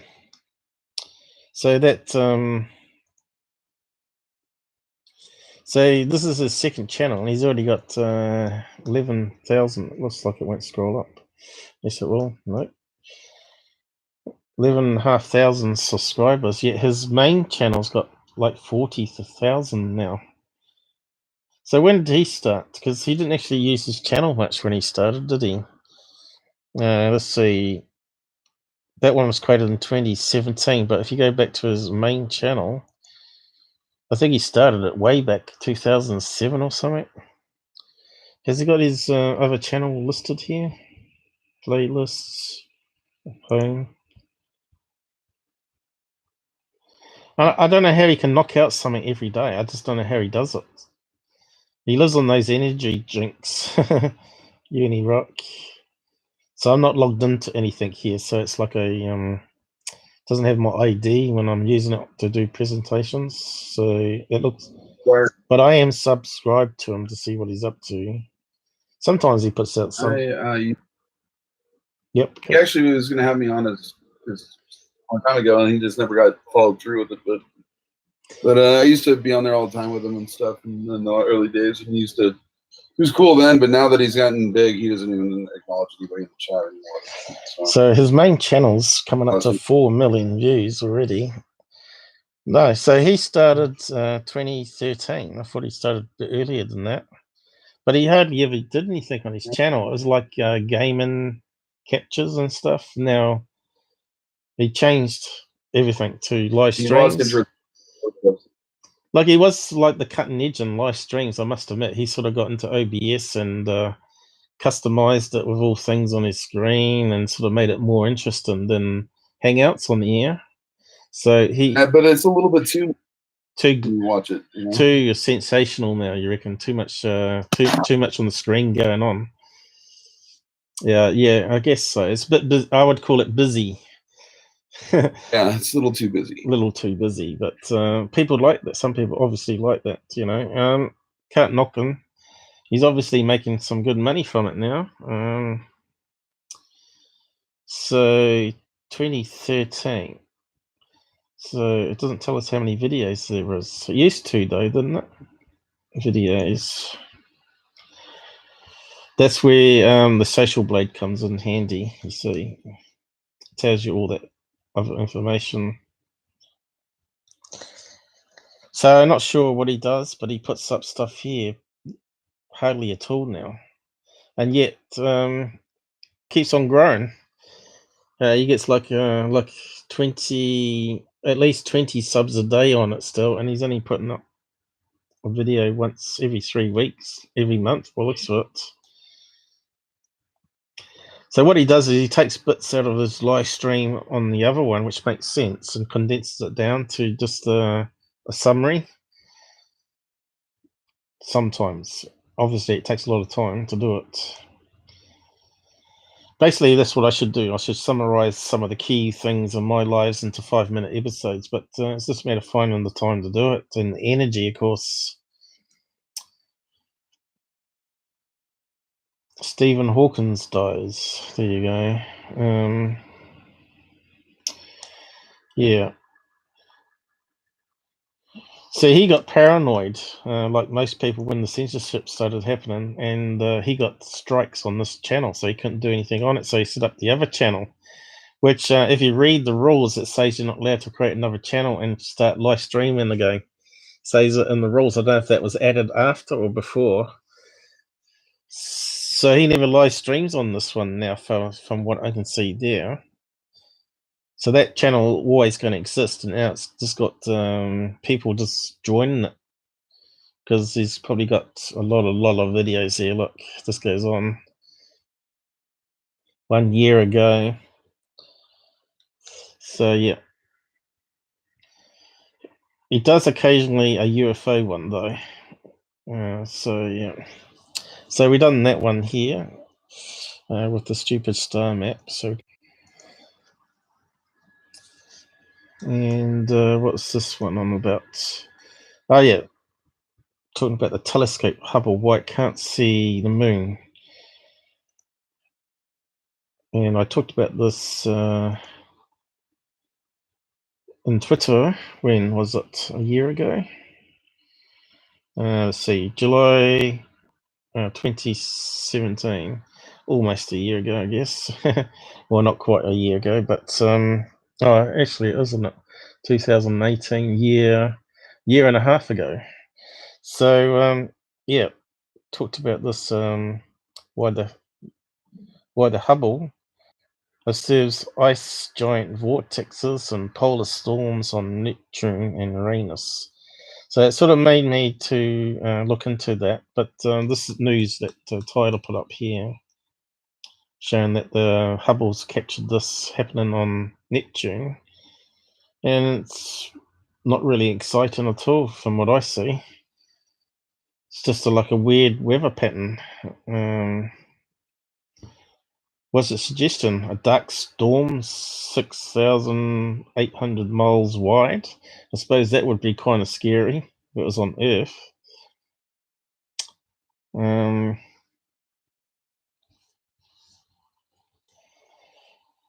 Meantime, Uranus and polar region is currently ensconced in white, like a cockeyed celestial skull cup. So what would be interesting though, you know how you got all this climate change business, you know, and the media's pushing it all the time. Makes you wonder if these planets are also changing and they ain't got humans on it, then how can climate change just be to Earth when the other planets are changing as well? Maybe this is what the ice caps or the storms are suggesting, that it's happening on other planets as well, because we've been getting lots of big storms on Earth lately. Katrina, and what was the last one you had, the big cyclone thing? They give them different names. So I thought that was quite interesting, because one of the arguments climate change deniers was that the other planets are also changing. Their climates are also changing. Well, this might actually be proof that it has, you know, the storm, this big polar region that's happening. Conspiracy? I don't know. I don't know if you can class that as conspiracy, but it's certainly questioning our science anyway. But yeah, that sort of brought me to this one, the tech side of the Hubble, which was quite interesting. There was quite a lot of technical side about what it can do. Are there any telescopes that can see the flag and lunar rover on the moon? Because this was about the moon being a hoax. So yes, the flag is still on the moon, but you can't see it using a telescope. I found some statistics on the size of the lunar equipment in a press kit from Apollo 16 mission. The flag is 125 centimeters, 4 feet long, and would need an optical wavelength telescope around 200 meters or 650 feet in diameter to see it. But where from though? Planet Earth, I guess. The largest optical wavelength telescope that we have now in Keck telescope in Hawaii, which is 10 meters in diameter. The Hubble Space Telescope is only 2.4 meters in diameter, much too small. So even the biggest one for that particular type of wavelength telescope is way too small, 20 times too small to see the flag. It's a bit above my science because I haven't got a telescope, so I don't know really much about them. Resolving the larger lunar rover, which is a length of 3.1 meters, would still require a telescope 75 meters in diameter. is that talking about the lens size? I'm not too sure what type of telescope he's talking about. Is he talking about the same type of telescope up here? Oh, yeah, I guess he is. Optical wavelength telescope. I wonder what it looks like. Let's type it into Google and see if we can get a picture of one. This is how we sort of learn things with Google. Optical telescope.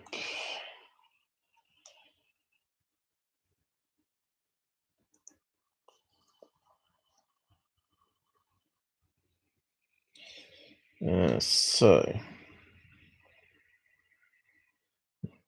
doesn't look much. That's an 8-inch refracting telescope. That's not optical, is it? I suppose it might be.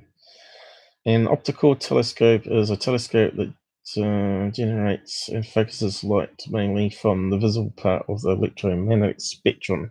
But is that what he said? He called it something else, didn't he? Optical wavelength. So maybe it's the same thing, optical telescope. So yeah, so Hawaii's got one that's got 10-meter diameter. Is that what he's saying? That's quite big, isn't it? That doesn't look 10 meter in diameter though. That's not in Hawaii. So let's see if we can find the one in Hawaii. He gave a name. I think that's what the reference to optical telescope. So that's just a normal one that you have at your house. But the keyword was wavelength. So I'm wondering whether that's going to be more like radar-dish looking. That's what I thought, yeah. But that's like what? Yeah, but he's talking. But they're talking about optical, which sounds like a lens, right? Well, the ones that are like the one with the radar ones are radio. They're looking at the electrospectrum, and not in light sense, but also all the other wavelengths like infrared and ultraviolet and X-rays and all that sort of stuff. You know, the background radiation. So it doesn't talk about wavelength here though, but he did mention the name Hawaii. So let's go back to that article. I don't know why he hasn't posted a picture. Whereabouts is Hawaii? Here we are, Kick. Isn't that the guy that was Mr. Ken going back to Secure Team? Kick telescope in Hawaii. I think that's where Mr. Ken was meant to have been from, the fake leaker voice one. So I think it's on his voice. I think it's on the actual audio clip. We want some pictures of it. Oh, here it is. So can we see inside it? So it looks like it's one of those ones that opens up and allows light in. So it's not a radar dish. Right.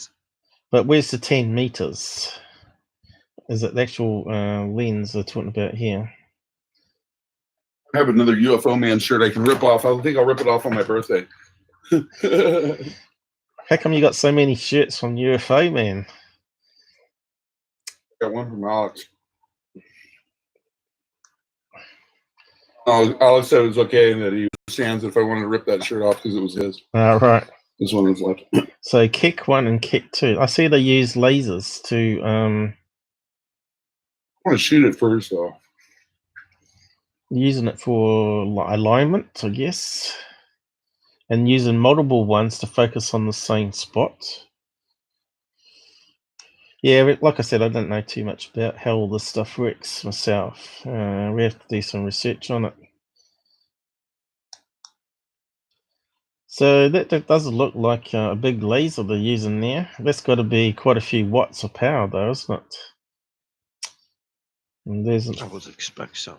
Far away one, but I still want to see what the lens looks like.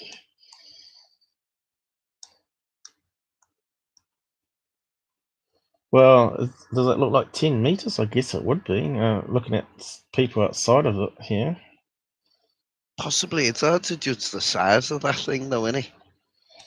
Mm. See, that doesn't look that big. Looking at the size of those people there, I don't see how the lens, if it's only looking through that little gap, could be that size.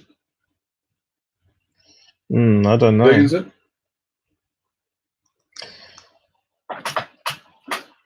Those observatories are mirrors. Yeah, they're saying the lens on this thing is 10 meters. So there's the radio ones that you're talking about, which is also at Keck. I think they also they sit down inside that observatory, like they move out. They have it opened. They don't want to get seen. It's got a floor plan here. Is it just a reflector, or does it have refracting in it? So there's the places inside. If you can see how big it is, it's quite big. Let's see what's going on there. You can't see. Reflector. It's a type of reflector. Does look like yeah. Looks like something going on. There's a lot of different. See that bit there? I don't think you can see it when I zoom in, but there it looks like they have a reflector, and the light's going into the center point here, isn't it? So look, yeah, but see, that's where it's different. That's not a regular. That's like a Cassegrain or a Schmidt. Yeah, it's not like a backyard telescope. It's not like a backyard telescope. Well, no, very expensive. Okay, I mean for small ones, but I mean my friend's got telescopes, and he has just a standard reflector. A refractor is like a telescope, like they used on pirate ships and shit like that. That's the kind that where it's all lenses, right? There's no mirror. Now, this one here incorporates a mirror that they use the center part of it where it's a blind spot, because normally when you have a reflector, you have a blind spot because of where you're going to be looking at it from. You have a secondary mirror which blinds the primary mirror. So in the center area, on some of these other ones, they've done some different changes to them so that that's open, and then actually you're looking through the bottom of the mirror at that, through that hole right there that goes to that second reflector mirror that comes back. But then it's also, they use lenses and stuff in order to enhance and stuff, and so they're a lot more complicated than just a simple reflector. Like a simple reflector is like a telescope, or like a microscope on a mirror, basically is what it is. And when you're looking at that, you're resizing the whole distance from like whatever the object is that you're looking at and putting it into whatever the length of the tube is. So that's basically your scaling. And then when you scale it to a microscopic size, you can look at it through using a microscope, which is basically what the lenses are.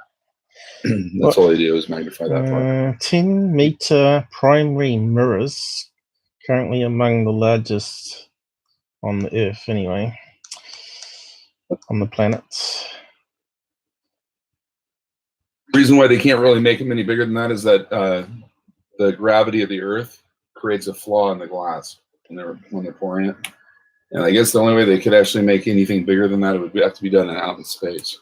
But that's what he's saying. It would have to be 200 meters, the mirror, for them to see the lunar. No, the flag on the moon. So the it can only get so big too, because they can't make anything strong enough to hold the lenses in at one point. And if it deviates, like it flexes, the tube. But the mirror is not flat though. It's concave, isn't it? Refractor telescope. They can only make them so big. And I think the largest refractor is like in California. Yeah, but what it does is the light comes in and reflects to a center collector up the top. All the light that can exactly. Yeah, and then they convert it from a sensor, don't they? Like a CCD sensor back into a digital image. A center of the mirror that's taken out, so that's where you're looking through. You're looking through the center, where other refractors use a whole mirror. They don't have a hole in the mirror like that. They have a hole in the middle at the base as well. But they act like a refractor.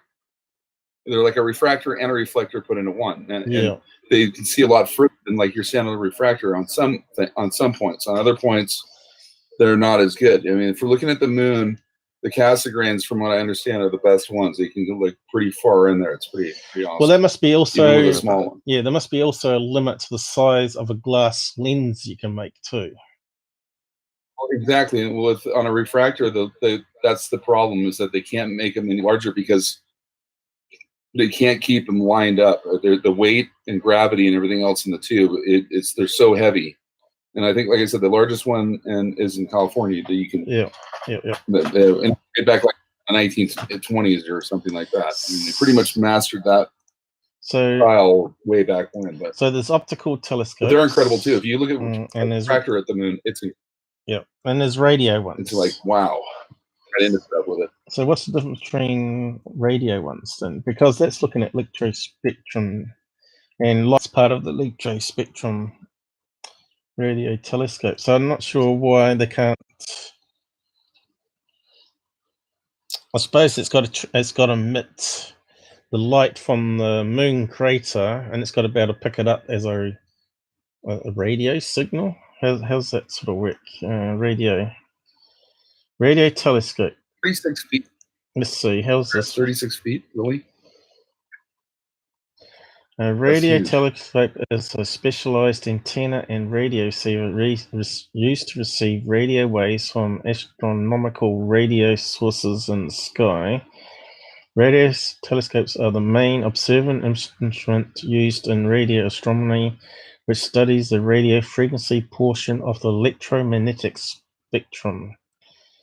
So what's the radio frequency range then? Radio frequency oscillation around 3 billion times per second, 300 gigahertz. So that's probably what they're looking at then. Is that what they're saying? 20 hertz to around 3 billion. No, that's a whole range there though. Where's light fit into that?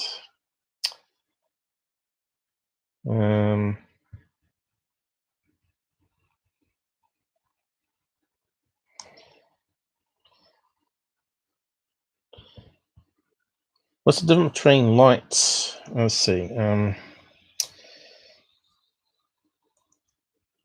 Light spectrum.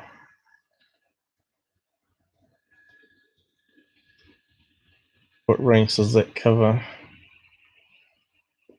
So they talk about nanometers here. Light is measured in nanometers. Each nanometer represents a wavelength of light or band of light energy. Visible light is part of the spectrum from 380 nanometers.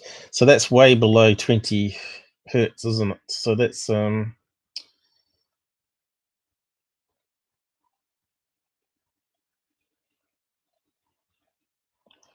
see, they talk about electromagnetics. What are the 7 regions of electromagnetic spectrum? There's 7 regions: gamma rays, X-rays. So visible light, you see, visible light, ultraviolet light, infrared, microwaves, and radio waves. So the radio one only deals with that portion up here. The radio telescopes. So yeah, that makes sense. That's why there's 2, and that's that one can be spread across multiple radio observatories across the world, and they can join all the signal together to form it into one. So like if you have multiple ones next door to each other, the big dish ones that like the VLA. Yeah, what QQvid was talking about, can all then be like a massive antenna, which you can't do with optical light, obviously. Although the Hawaii one was actually using 2 together with a laser beam there.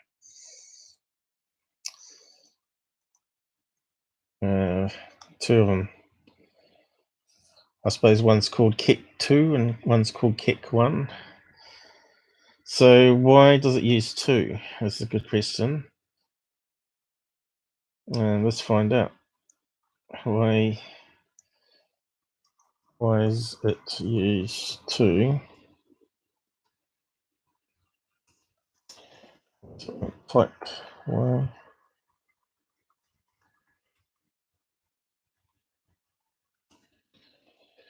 You know the refractor they have at the Lick Observatory. You know, it's like in Berkeley, California.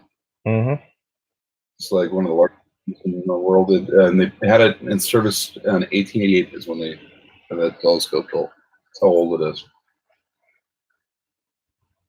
What it cost today to build one like it, but it's just huge. Yeah, but I want to know why they use two. Do they just like film right next door to each other, so they've got a bigger viewpoint, or so? What's it say here? This is where you need a camera. The Dazzle Man, he would probably know all this stuff because he mucks around with it, doesn't he? The twin telescopes at Keck Observatory are the largest optical and infrared telescopes in the world, according to the observatory's website. Because of the size, because of the size and location of telescopes, they are in high demand among professional astronomers. Although the observatory is not open to the public, Keck has participated in several notable discoveries. So, the observatory is located atop Mauna Kea, a dormant volcano in Hawaii, because it's so near the equator. So, in the middle of the Pacific Ocean, we know that 14. So, like, left because of the ocean. Yeah, 40,000 feet up. So, above pollution levels, I guess. Thin atmosphere. City lights pollution here. Yep. Okay, makes sense. Both telescopes named Keck 1 and Keck 2 measure 10 meters. We know that 33 feet almost. The mirrors for each telescope are made of 36 lightweight segments that work together similarly to a single mirror. The telescopes are housed in insulated domes of 700,000 cubic feet. Giant air conditioners run all day to keep temperature or below freezing. This helps reduce deformation of the telescope still and mirrors. Oh, there you go. Oh, there we go. We got a close-up of it finally. So there's the mirror behind, which is blue, and it's concentrating all the light into the central bit here, which probably got some sensors, which converts into digital CCD or something like that. That's really true. The heat from the ground moving up at night too creates a distortion. Yeah, but that makes it harder to. But we still haven't found out why they have two telescopes that are sort of linked by a laser there at the same region of sky. I just want to know what that's about. You know, twice as much that they can do with it. It's just demand the use of it. You know. So much demand because that's one of the most pleasant places too, as far as weather is concerned and everything else to do all that. So I mean, I don't know if they can fit another one. I know what it might be. If you got two telescopes looking at the same region, you got stereo, you got 3D. So you're seeing all the objects in between. Yeah. That's what. It also gives you the ability to possibly work out distance. Yeah, no, but without having to depend on the redshift. Yeah, that's right. But if you got other like cosmic particles in the atmosphere, say like a cloud that's in front of the star that you're trying to see, you probably could see that three-dimensionally if you put it into a computer system. You know what I mean? Plus they're using laser. So I'm not too sure how the laser thing works though. Because obviously if you fire a laser at a distant galaxy like light years away, you're not going to get a bounce back, are you? So I'm not too sure how the lasers. So we need to really figure that out too. What are the lasers used for? Obviously alignment. Lasers. Why lasers?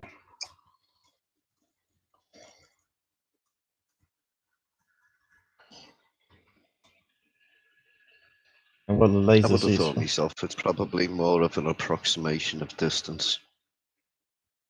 With the lasers, they use sodium lasers to excite sodium atoms that normally exist in the atmosphere. All right, so that's what it's for. They're changing the atmosphere like HARP does, so they get a better, clearer image. It's the reason is that it has such it's such a great place, I guess, to do this or whatever, that they built 2 of them because of the demand that needed for them. Is that they have a lot of use. The people that use them or use them. That's why they built 2 of them. Perfect location. Whereabouts does it say that? Have you got a web link that actually says that though? Or you just you just guessing? But also 3D. It's pretty. It sounds like it. 3D. They have it all documented on here. All right. Well, you can post the link down the site if you're reading that information, because we're just looking for it. But you reckon position above water vapor. Right. Clean air, good weather, low altitudes, perfectly. No earthquakes. New laser on Kit 2. So they replaced it, have they? 2011. Why is it inspire photographers? Let's have a look at that link. Observatories up there, believe it or not. Sure. So what they say back in 20... like little... New laser on Big Island has inspired 2 and more Mauna Kea photographers to capture the light show in a series of stunning images and videos. Why is it dimming? Every time I hover my mouse it dims. That's kind of weird. So where's images? Ooh, what's that coming down here? They ain't got a lava flow next door, do it? It's going to be extinct. Oh yeah, so the lasers are not actually touching then, they're just sort of right next door to each other there.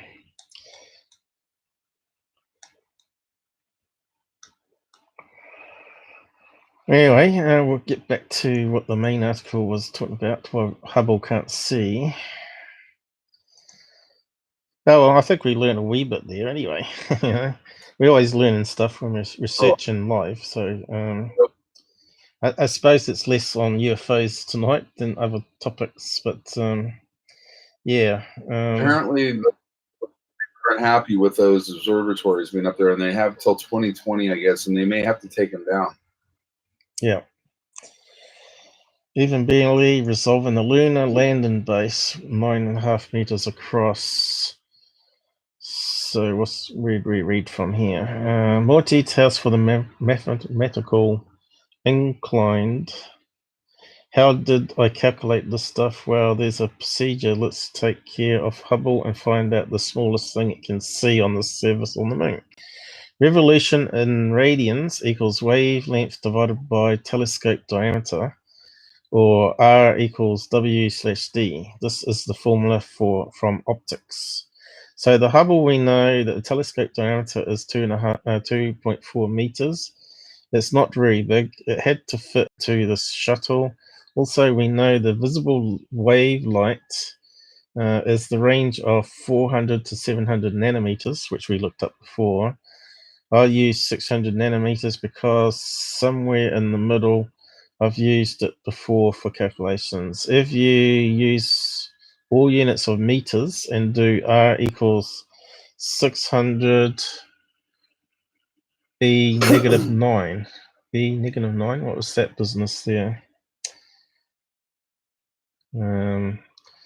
Divided by 2.4 equals 2.5 e to the negative 7.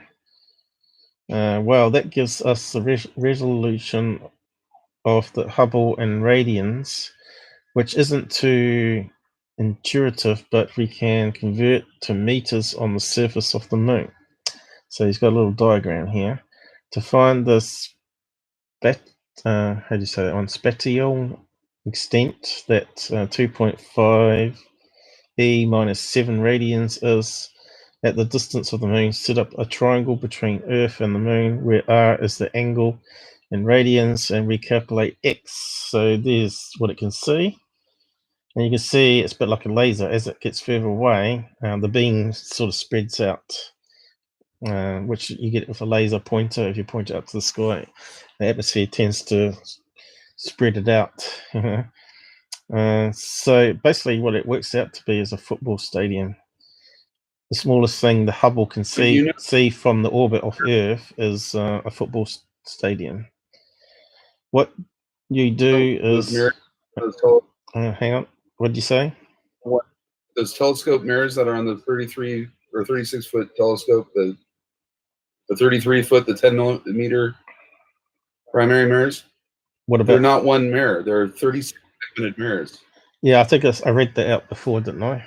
Segmented or something. Yeah, it's Yeah, I think I read it out before. Yeah, it said something like that. They can make it. Yeah, I mean, theoretically, they could make it as big as they wanted to with segments. That's right. So I was wondering about your statement then too, as well, when you said that. If you got little, like a hand-sized part of it, you should better keep making it bigger. That's interesting. Oh, and by the way, there's also 15 observatories up there. Oh, right. Run by all different. So why can't they build? Decommission 3 of them. So why can't they build a 200-meter one then? It doesn't make sense. But then there's one in South America that they use a pool or a lake or something like that. Have you seen that one? Or maybe it's in China. It's in China. Oh, they use a lake. They use a lake. They use a water. Oh, right. Yeah, they made an artificial lake underneath of it, and right.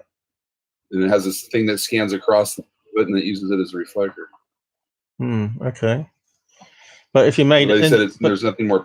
But if you made little little size handheld size mirrors and joined millions of them together, you could do the same thing. But maybe because they're not exactly curved, and they're like little flat sides, so not actually perfectly curved. So you're gonna get imperfections.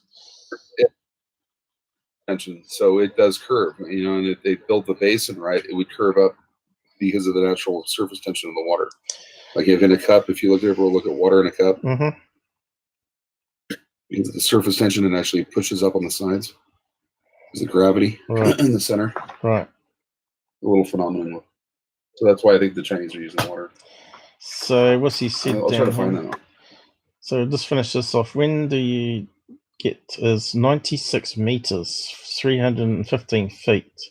The astronauts didn't leave anything that big. If you look at history image of the moon, HST image of the moon, you can see that they say Hubble can resolve features as small as 280 feet across. I think they used 500 nanometers as their wavelength instead of 600, but it's the same order of magnitude as we get here. So there's no way HST can see anything humans left behind. HST can do a good job of studying large-scale geology like craters, which is what the image worth of. People and their stuff are just too small on the planetary scale. So seeing a crater on the moon, Hubble can see, but it's not going to be as good quality as something in orbit over the moon, taking high-res images and sending it back to Earth. But you got to remember, when they build a spaceship and send it up there, it takes quite a fair amount of time to get there. And by it got there, it's already the technology is already old. The old cameras and stuff. Especially sending it to Mars. What's that? A year trip to get to Mars, or a couple of year trip? Conventional rockets.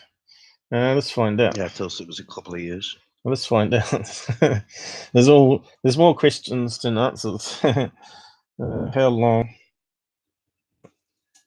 Again, I gotta zoom in because my keyboard's not working.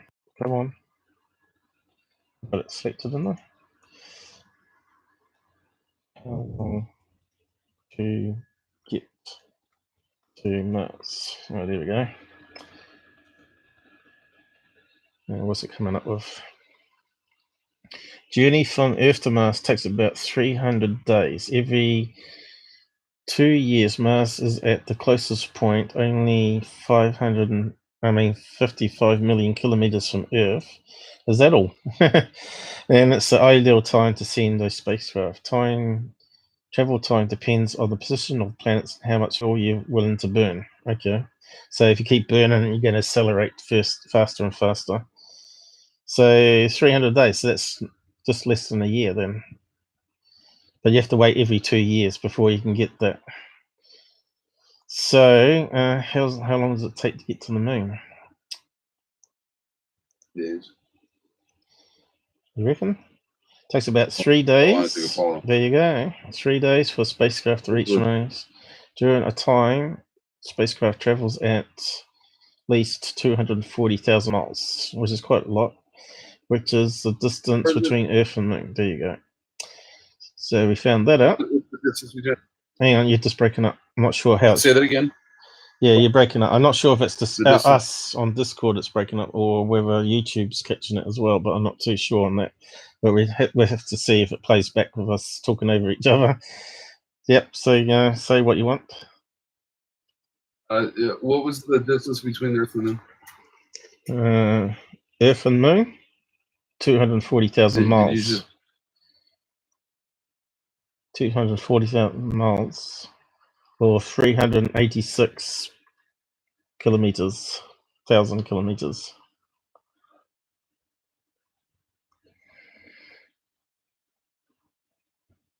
So, as you know, how about the sun?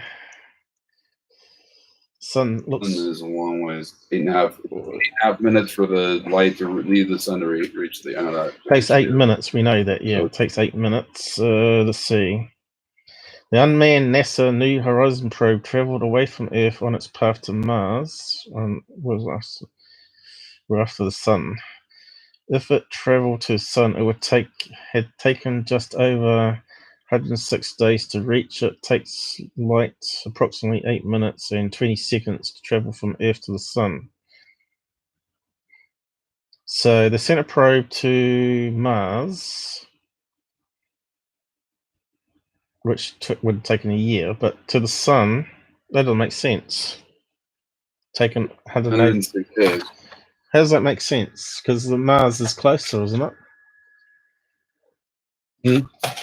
Mars is only like yeah, but they just said that it was 300 days to get to Mars, and yet this one's saying it's only going to take 106 days to reach the sun.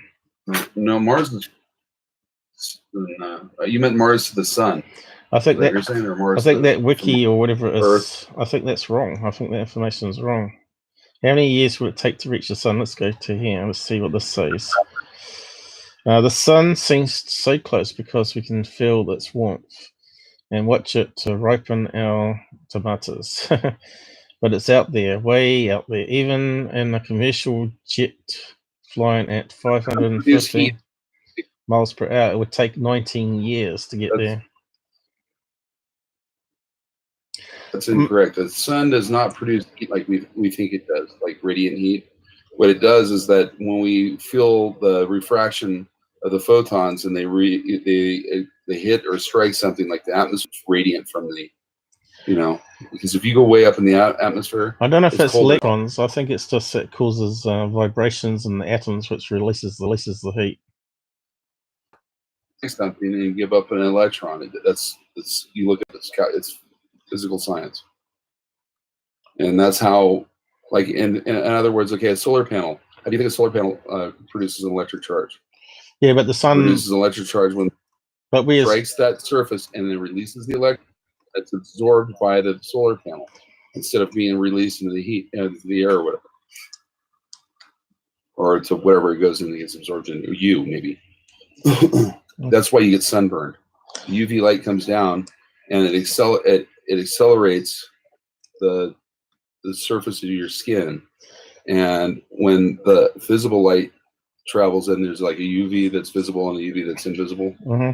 Or it's anyway, there's like when it strikes your skin or whatever, that's how you get burned. Well, it's higher up in the electromagnetic spectrum, so it's got more what do you call it, electromagnetic energy in it, or wavelengths. Was it wavelengths? So that electron that actually gives you the burn, in other words. Well, infrared will burn you. That's the hot part. But it's a slower burn, where the ultraviolet will burn you very quickly. I know you get burnt out in the sun here. If you go out in the sun, it burns you in 10 minutes out in the sun if you ain't got protection. So yeah. That's here. Eh? Up here, you can stay up a lot longer, but depends on where you are. You seem to break If up you're a down bit. around Man. the. Are you on Wi-Fi there or cable connection? I'm I'm plugged in. You seem to break up more than what QQQvid was doing there, though. It's kind of weird. The problem is the storm. I think there's a storm with really high winds right now. All right. So, what's the one we're looking at? Or was this another one? Another one. That was another page that I found. Talks about the same thing, pretty much. Using a bigger telescope won't help. You need a mirror 50 times bigger than Hubble. I think it worked out more than that, though. That only makes it 200 meters. So it's at least 100 times bigger. Hubble's landers, you don't have 100 meter. So yeah, saying 100 meter telescope here, but it needs to be 200. However, there are two tricks you can use here. One is to look not for the artifacts themselves, but for their shadows. At sunrise or sunset, the shadow from the lander might be long enough to detect. Okay, well that makes sense, doesn't it? Even if the lander itself is invisible.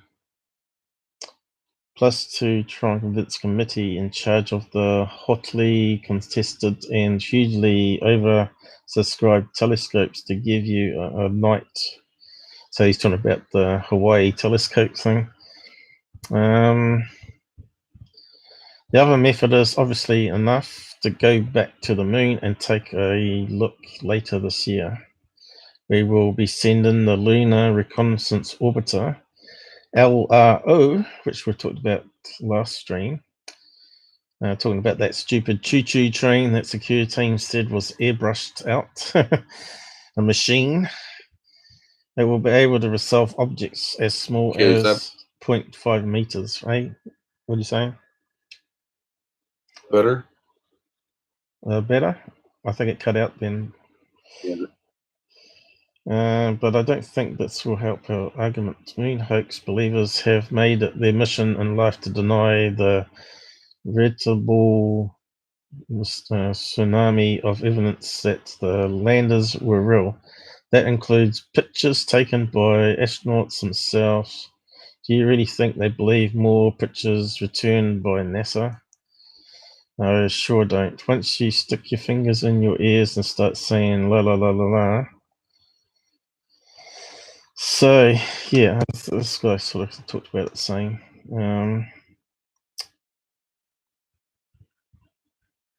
Plus, they got a mirror. Right, listen, Jansen, I'm afraid I'm gonna have to go. Yeah, I'm gonna wrap up soon now. I'm running a bit late actually, but yeah, I think that's all I was going to cover. To tell the truth, QQQvid. Well, thanks for joining us. And I'm gonna shoot off, and I shall see you both soon. Okay. Yeah. Have a good sleep. Smell you later, guys. Have a good sleep and egg and bacon. Will do. Cheers. Catch you in a bit. Okay. Good night. So, does it work any better now? We've got one less on. Are you still there, Vern? Like it. Got a really bad storm here, so yeah, it's probably what's doing it. Yeah, I'm not sure if it's cutting out as bad now though. My bandwidth keeps dropping. So I think this. I think I'm just going to cut out too. Yeah, I'm going to wrap up now. I was going to do some MUFON cases, but yeah, it's 1:30 in the morning here, and I've done 4 hours. So I'll probably drop it off there and carry on with MUFON another day. Who's out there anyway? Dr. App. Unhide you, Dr. App. So you can now talk again. Now they've gone. But yeah, I'm not sure. There's a lot of politics in the UFO field, as you saw, as we talked about lots of it tonight. The thing is, a lot of us actually after the truth, and we don't like people that sort of making a mockery of it by creating fake videos. And security is been proven to be doing that. Even though he's gone on talk shows, says he doesn't do it. It's lies. We've got evidence that says otherwise. His voice print for once and all. So yeah. So yeah, we looked at quite an interesting range of stuff there on the observatory and Hubble, and some UFO cases at the beginning there. So I think we'll leave it there for tonight.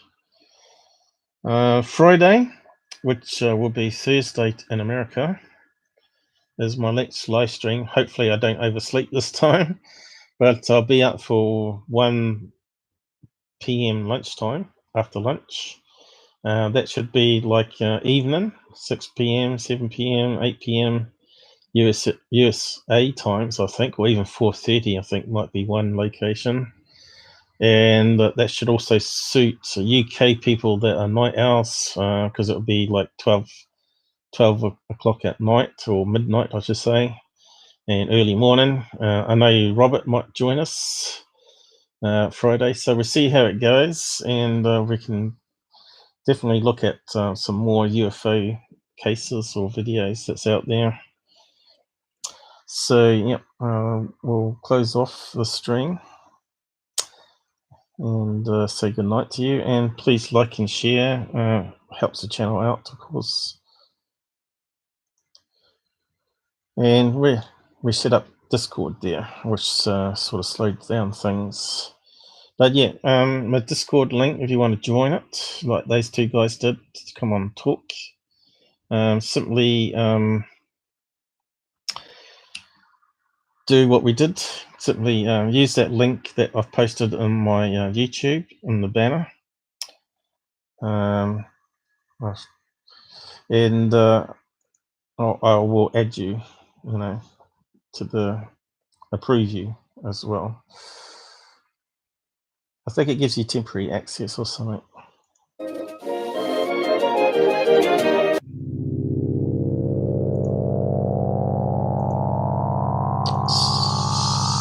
Everybody.